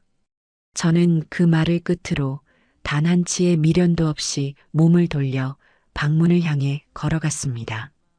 뒤에서 사부인, 어머님, 잠깐만요. 하고 외치는 소리와 접시가 깨지는 듯한 소란이 들려왔지만 저는 단 한 번도 뒤돌아보지 않았습니다. 상견례 장소의 육중한 문을 닫고 나오는 순간 저는 마치 긴 시간 동안 잠수했다가 물 위로 올라온 사람처럼 크게 숨을 들이쉬었습니다. 식당 복도의 차가운 공기가 제 폐부를 씻어내는 듯 시원했어요. 뒤따라 나온 아들 정근이는 넋이 나간 사람처럼 그 자리에 우뚝 서서 제가 닫아버린 문과 제 등을 번갈아 쳐다보고 있었습니다. 그의 얼굴에는 분노, 슬픔, 당혹감, 그리고 아주 약간의 해방감까지 그야말로 형언할 수 없는 모든 감정이 뒤섞여 있었죠. 엄마 어떻게 그럴 수가 있어요? 아들은 떨리는 목소리로 저를 원망했습니다. 저는 아무 대꾸도 하지 않고 그저 주차장으로 향하는 엘리베이터 버튼을 눌렀습니다. 지금 이 아이에게 필요한 것은 제 위로나 변명이 아니라 이 모든 상황을 스스로 소화할 시간이었습니다. 집으로 돌아오는 차 안은 지옥 같은 침묵이 흘렀습니다. 저는 묵묵히 운전을 했고 아들은 창밖만 바라보며 간간히 흐느꼈습니다. 그의 어깨가 미세하게 들썩일 때마다 제 가슴에도 칼날이 박히는 듯한 아픔이 느껴졌어요. 하지만 저는 독하게 마음을 먹었습니다. 지금 어설픈 동정으로 아들을 위로하는 것은 골마 터진 상처를 붕대로 대충 감싸는 것과 다를 바 없는 어리석은 짓이었으니까요. 뿌리까지 완전히 도려내야만 새살이 돋아날 수 있는 법입니다. 집에 도착해 현관문을 열고 들어서는 순간 꾹꾹 눌러 참아왔던 아들의 감정이 폭발했습니다. 그는 거실에 들어서자마자 제게 소리를 질렀어요. 엄마는 너무 잔인해. 어떻게 모두가 보는 앞에서 화영이한테 그렇게 모욕을 줄 수가 있어요. 내 결혼이었단 말이에요. 내 인생에 단 한 번뿐인 기회였을지도 모르는데 엄마가 전부 망쳐버렸어. 아들은 어린아이처럼 엉엉 울며 저를 원망했습니다. 그 눈에는 제가 사랑하는 아들은 온데간데없고 장난감을 빼앗긴 아이의 분노만이 가득했습니다. 화영이가 그런 뜻으로 말한 게 아닐 수도 있잖아요. 그냥 철이 없어서 세상 물정 몰라서 그런 걸 수도 있잖아요. 그걸 그렇게 하나하나 다 끄집어내서 사람을 매장시켜야만 속이 시원했어요? 저는 묵묵히 아들의 울분 섞인 절규를 다 받아주었습니다.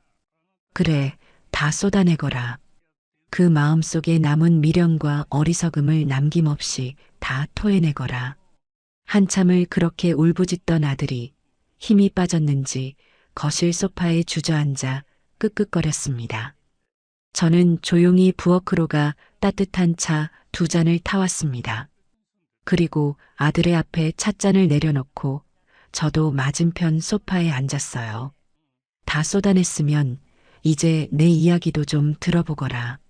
제 차분한 목소리에 아들은 고개를 들어 저를 보았습니다.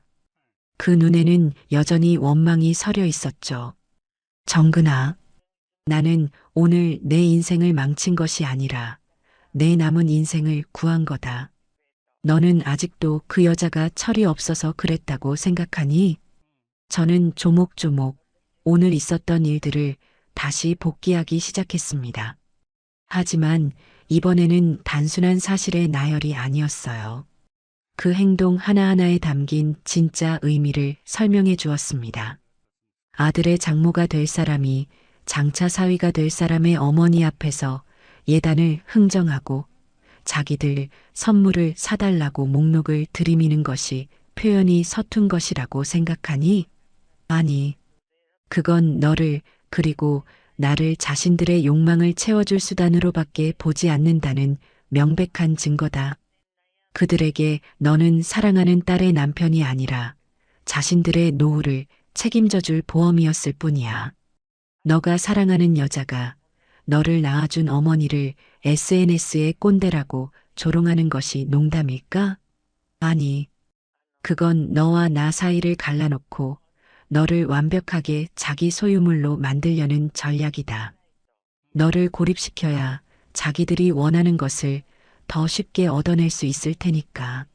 아니야. 아들은 힘없이 고개를 저었지만 그 목소리에는 더 이상 확신이 없었습니다. 마지막으로 양가 어른들이 모두 모인 공식적인 자리에서 10억짜리 집의 명의를 자신에게 돌리라고 요구하는 것이 어려서 그런 걸까? 아니, 정근아. 그건 너와의 미래, 너와의 사랑을 담보로 버린 가장 추악한 노름이었다. 그들은 내가 그들의 탐욕에 굴복할 것이라고 확신했고, 너는 그 노름에 쓰일 판돈에 불과했어. 만약 내가 오늘 그 자리에서 그들의 요구를 들어줬다면 너는 평생 그들의 노예로 살아야만 했을 거다. 제 말이 이어지는 동안 아들의 얼굴에서 핏기가 점점 가시고 있었습니다. 그때였어요. 아들의 휴대폰이 미친 듯이 울리기 시작했습니다. 화면에는 화영 씨라는 이름이 떠 있었죠.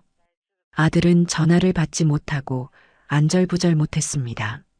전화가 끊기자마자 이번에는 문자 메시지가 쉴 새 없이 도착했습니다. 저는 아들에게 말했습니다. 스피커폰으로 해놓고 받아라. 엄마, 받아. 그리고 내 귀로 직접 들어. 내가 사랑했던 여자의 진짜 목소리를. 아들은 한참을 망설이다가 떨리는 손으로 전화를 받았습니다. 스피커폰 버튼을 누르자 최아영의 악에 받친 목소리가 거실 전체에 울려 퍼졌습니다. 오빠, 어떻게 나한테 이럴 수가 있어? 어떻게 오빠 내 엄마랑 한패가 돼서 나를 이렇게 망신을 줄 수가 있냐고. 내가 뭘 그렇게 잘못했는데 내가 오빠 사랑한 게 죄야?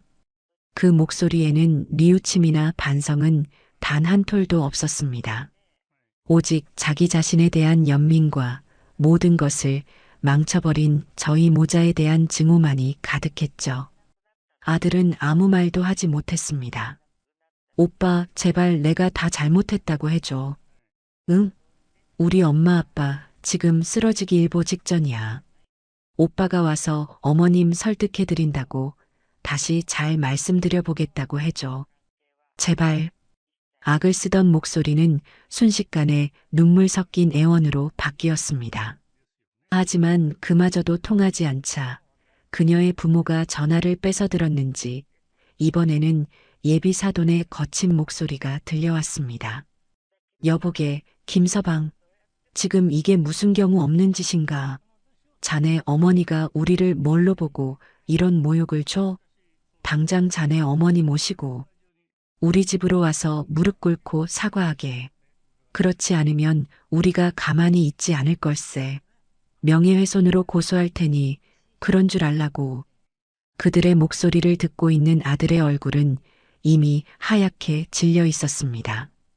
자신이 사랑했던 여자와 장인 장모가 될 뻔했던 사람들의 민낯이 이렇게 추하고 천박했다는 사실을 그제야 온몸으로 깨닫고 있는 듯했습니다. 저는 조용히 다가가 통화 종료 버튼을 눌렀습니다. 거실에는 다시 정적이 흘렀습니다. 잠시 후 아들은 소파 위로 쓰러지듯 엎드려 오열하기 시작했습니다. 이번에는 저에 대한 원망의 울음이 아니었어요. 자신의 어리석음에 대한 후회와 처절한 자기 혐오, 그리고 진실을 마주한 고통의 울음이었습니다.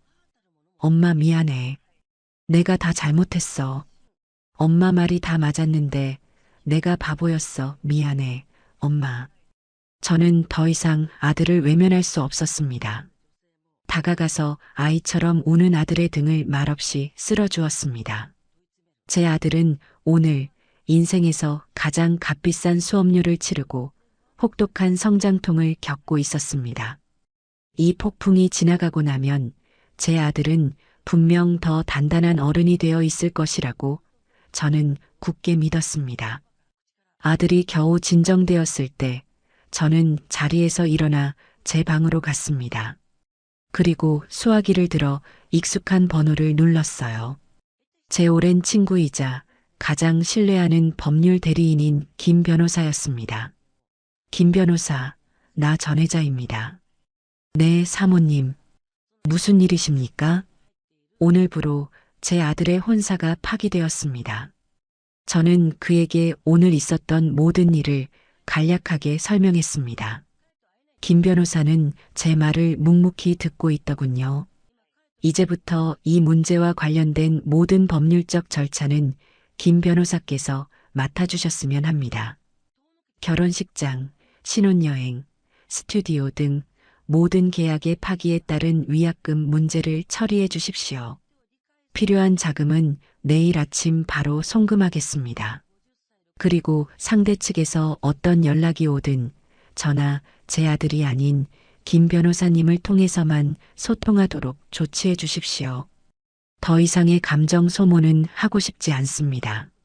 알겠습니다, 사모님. 즉시 처리하겠습니다. 혹시 상대 측에서 무리한 손해배상 청구를 해올 수도 있습니다. 그 모든 가능성에 대비해 주십시오. 저는 제 아들을 지키기 위해서라면 그 어떤 싸움도 피할 생각이 없습니다. 전화를 끊고 나니 비로소 마음이 차분하게 가라앉았습니다. 폭풍은 지나갔고 이제부터는 부서진 것들을 정리하고 상처를 치유하며 다시 앞으로 나아갈 시간만이 남아 있었습니다. 제 옆에서 고개를 푹 숙이고 있는 아들을 보니 그 길이 결코 쉽지만은 않으리라는 것을 알 수 있었죠. 하지만 저는 두렵지 않았습니다. 저는 평생을 그렇게 싸우고 이겨내며 살아온 전혜자였으니까요. 제가 변호사를 선임해 모든 공식적인 소통 창구를 일어나 하자 그들 가족의 직접적인 연락은 거짓말처럼 뚝 끊겼습니다.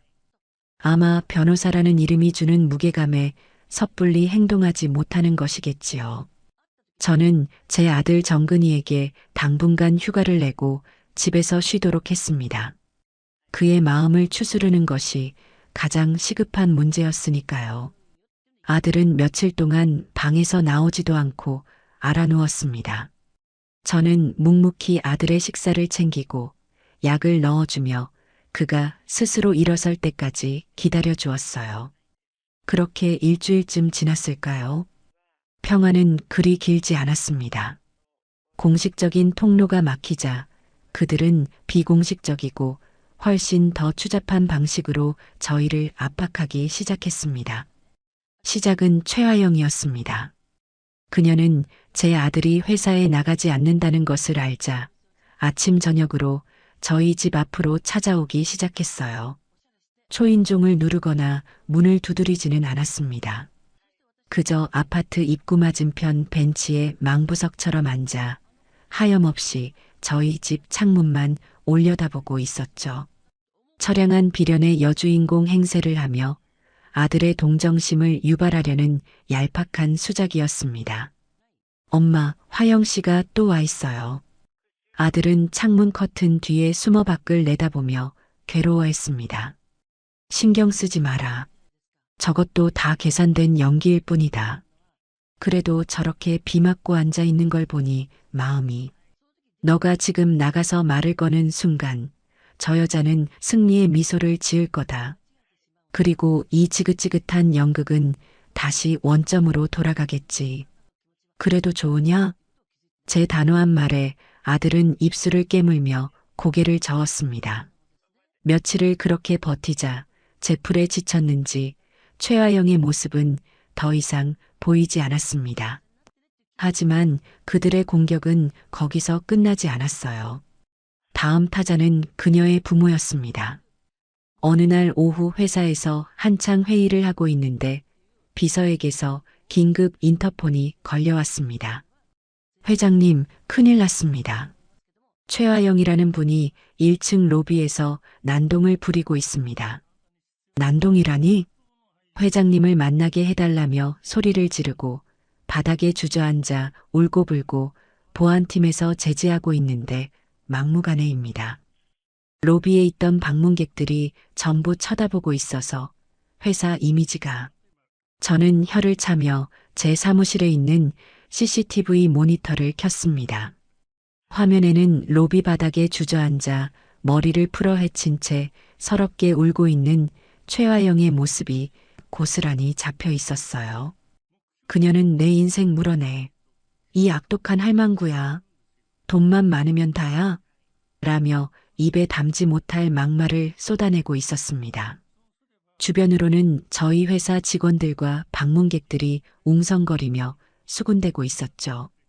완벽하게 짜인 연극이었습니다. 저를 돈만 많은 악독한 시어머니로, 자신은 사랑을 짓밟힌 비련의 여주인공으로 만들어 여론전을 펼치려는 속셈이었죠. 저는 즉시 보안실장에게 전화를 걸었습니다. 나 회장이다. 지금 로비 상황 보고 있다. 회장님, 죄송합니다. 최대한 자극하지 않고 내보내려 하는데 통제가 안 됩니다. 당장 경찰에 신고해. 업무방해 및 명예훼손 현행범으로. 그리고 로비에 있는 모든 CCTV 영상을 즉시 확보해서 경찰에 증거자료로 제출하도록. 절대로 내가 내려가거나 내 비서실에서 대응하지 마라. 저 여자가 원하는 것이 바로 그거다. 우리는 법대로, 원칙대로만 처리한다. 알겠습니다, 회장님.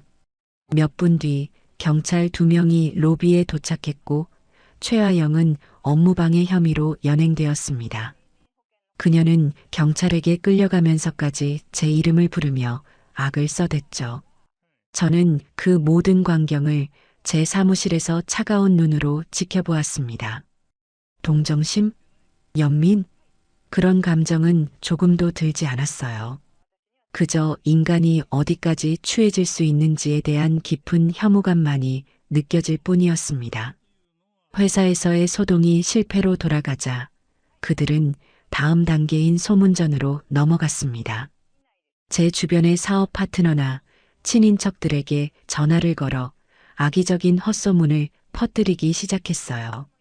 제가 아들의 결혼을 약속하고 집까지 사주겠다고 해놓고 더 돈 많은 집안의 여자가 나타나자 며느리감을 내쫓았다는 둥, 제 아들이 충격으로 식음을 전폐하고 있는데 제가 아들을 감금하고 있다는 둥, 그야말로 소설을 쓰고 있었습니다. 몇몇 귀가 얇은 사람들은 제게 전화를 걸어 전 사장, 대체 어떻게 된 일이야? 사람이 그러면 못 써. 라며 저를 나무라기도 했습니다. 저는 그때마다 화를 내지 않고 차분하게 대답했어요. 그렇게 궁금하시면 제가 그동안 모아둔 증거자료들을 보내드릴까요? 2억 3천만 원짜리 인테리어 견적서와 제 등 뒤에서 꼰대라고 욕하던 SNS 글, 그리고 양가 어른들 다 모인 자리에서 진명이를 자기 앞으로 돌리라고 요구하던 녹취 파일까지 다 가지고 있습니다. 그걸 보시고도 제가 잘못했다고 생각하시면 그때 다시 전화 주시지요.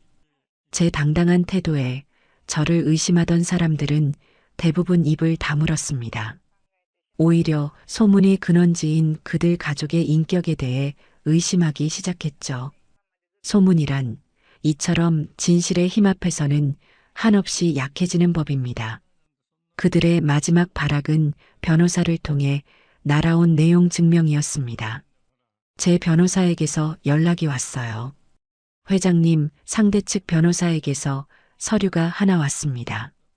혼인 파탄의 책임이 전적으로 회장님께 있으니 그에 따른 정신적 피해 보상, 명예훼손에 대한 위자료, 그리고 결혼 준비 과정에서 발생한 모든 비용을 포함해 총 5억 원을 배상하라는 내용입니다.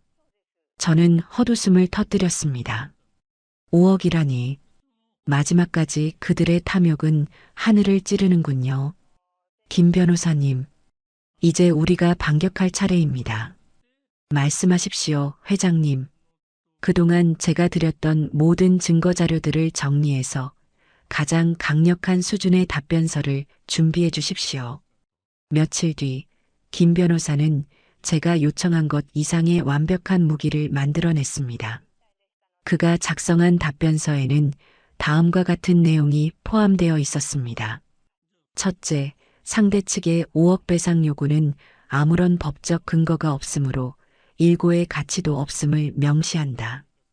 둘째, 혼인 파탄의 근본적인 원인은 최화영과 그 가족의 사회 통념을 벗어나는 과도한 금전적 요구와 시어머니가 될 사람에 대한 인격적 모독에 있음을 분명히 밝힌다.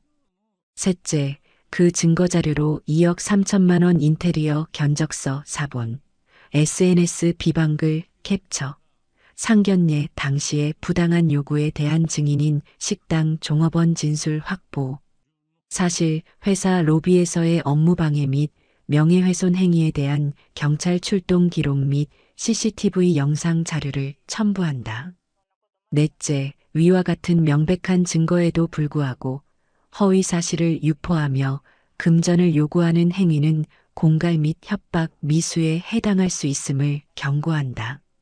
다섯째, 만약 이 시간 이후로 당사자 및 그 가족에게 직접적인 연락이나 혹은 허위 사실 유포를 통한 명예훼손 행위가 한 번이라도 더 발생할 경우 즉시 명예훼손 업무방해, 공갈미수 등 가능한 모든 법적 조치를 동원한 강력한 형사 고소 및 민사상 손해배상 청구 소송을 제기할 것임을 엄중히 통보한다.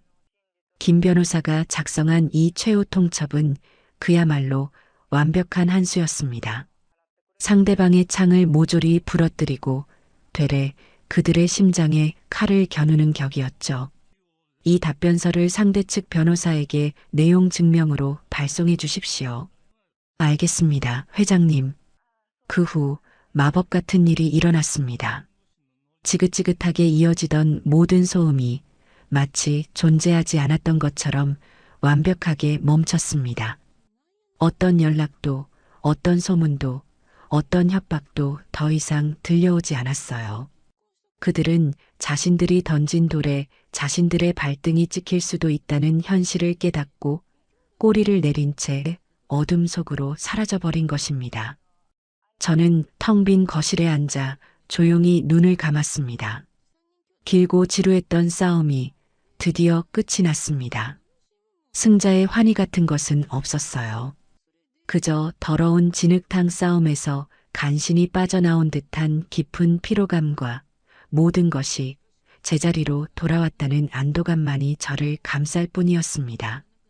이제 정말로 새로운 시작을 준비할 시간이었습니다.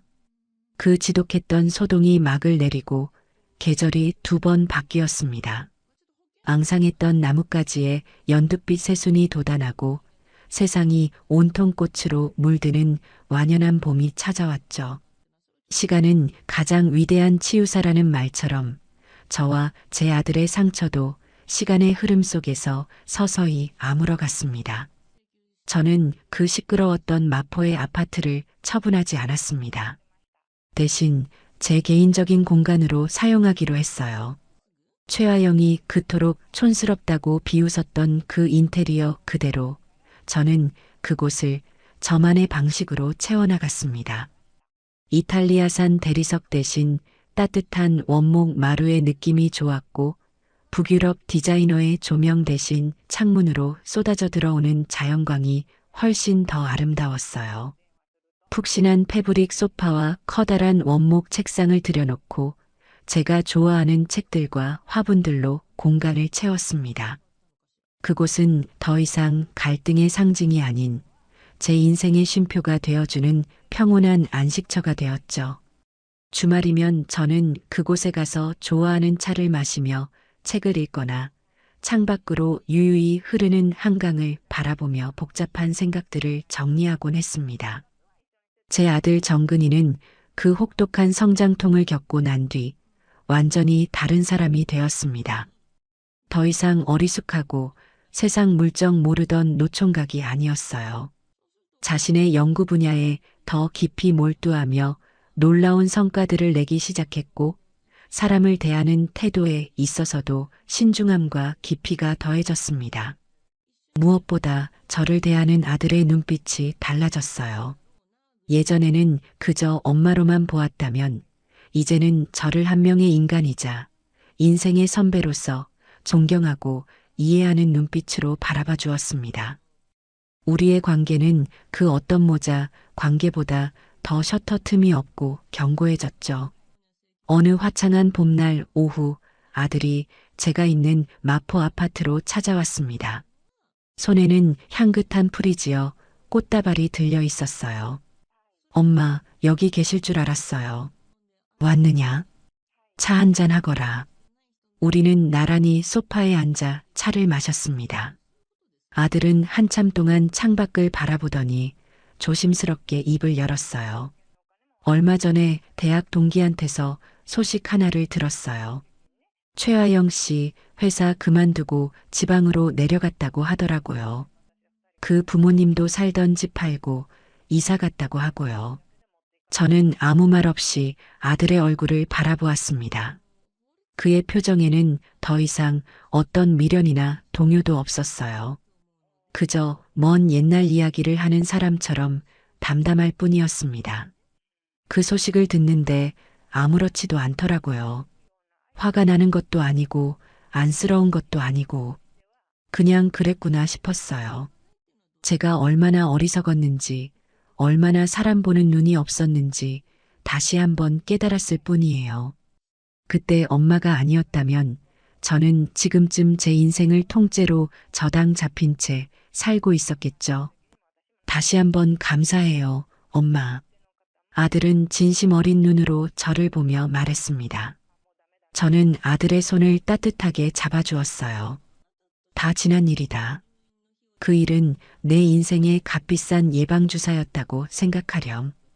덕분에 너는 더 강해졌고 나는 더 현명해졌다. 그러니 그걸로 된 거야.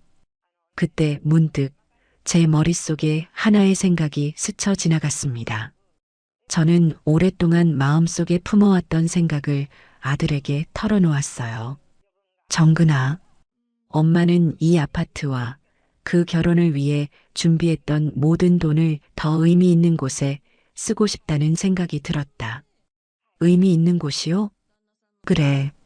내가 맨주먹으로 시장 좌판에서 장사를 시작했을 때 단돈 10,000원이 없어서 끼니를 굶고 너를 업은 채로 밤새 울었던 날들이 수없이 많았단다.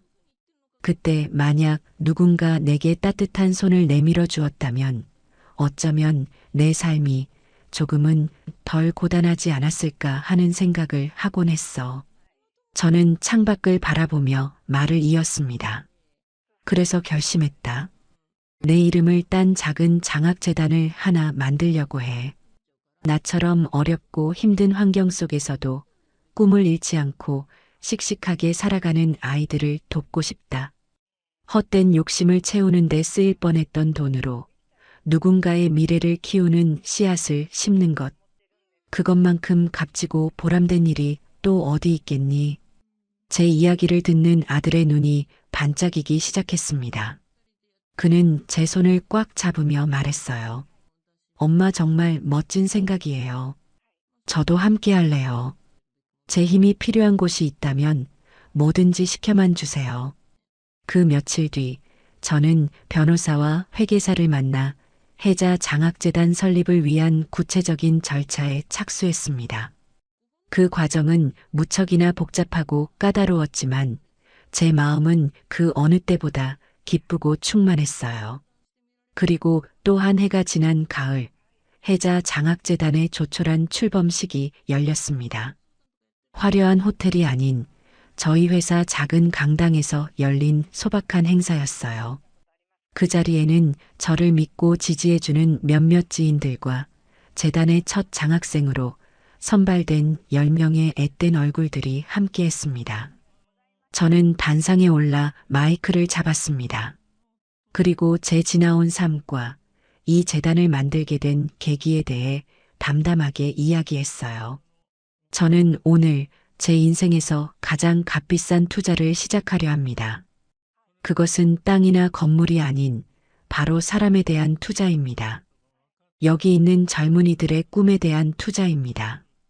부디 이 작은 씨앗이 여러분의 인생의 단비가 되어 훗날 여러분이 더 크고 울창한 숲이 되어 또 다른 누군가의 그늘이 되어주기를 바랍니다.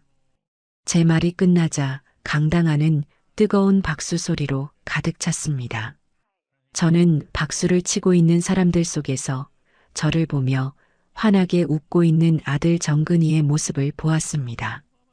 그의 눈에는 자랑스러움과 존경심이 가득 담겨 있었죠. 그날 밤 저는 오랜만에 마포의 아파트에서 혼자 잠을 청했습니다.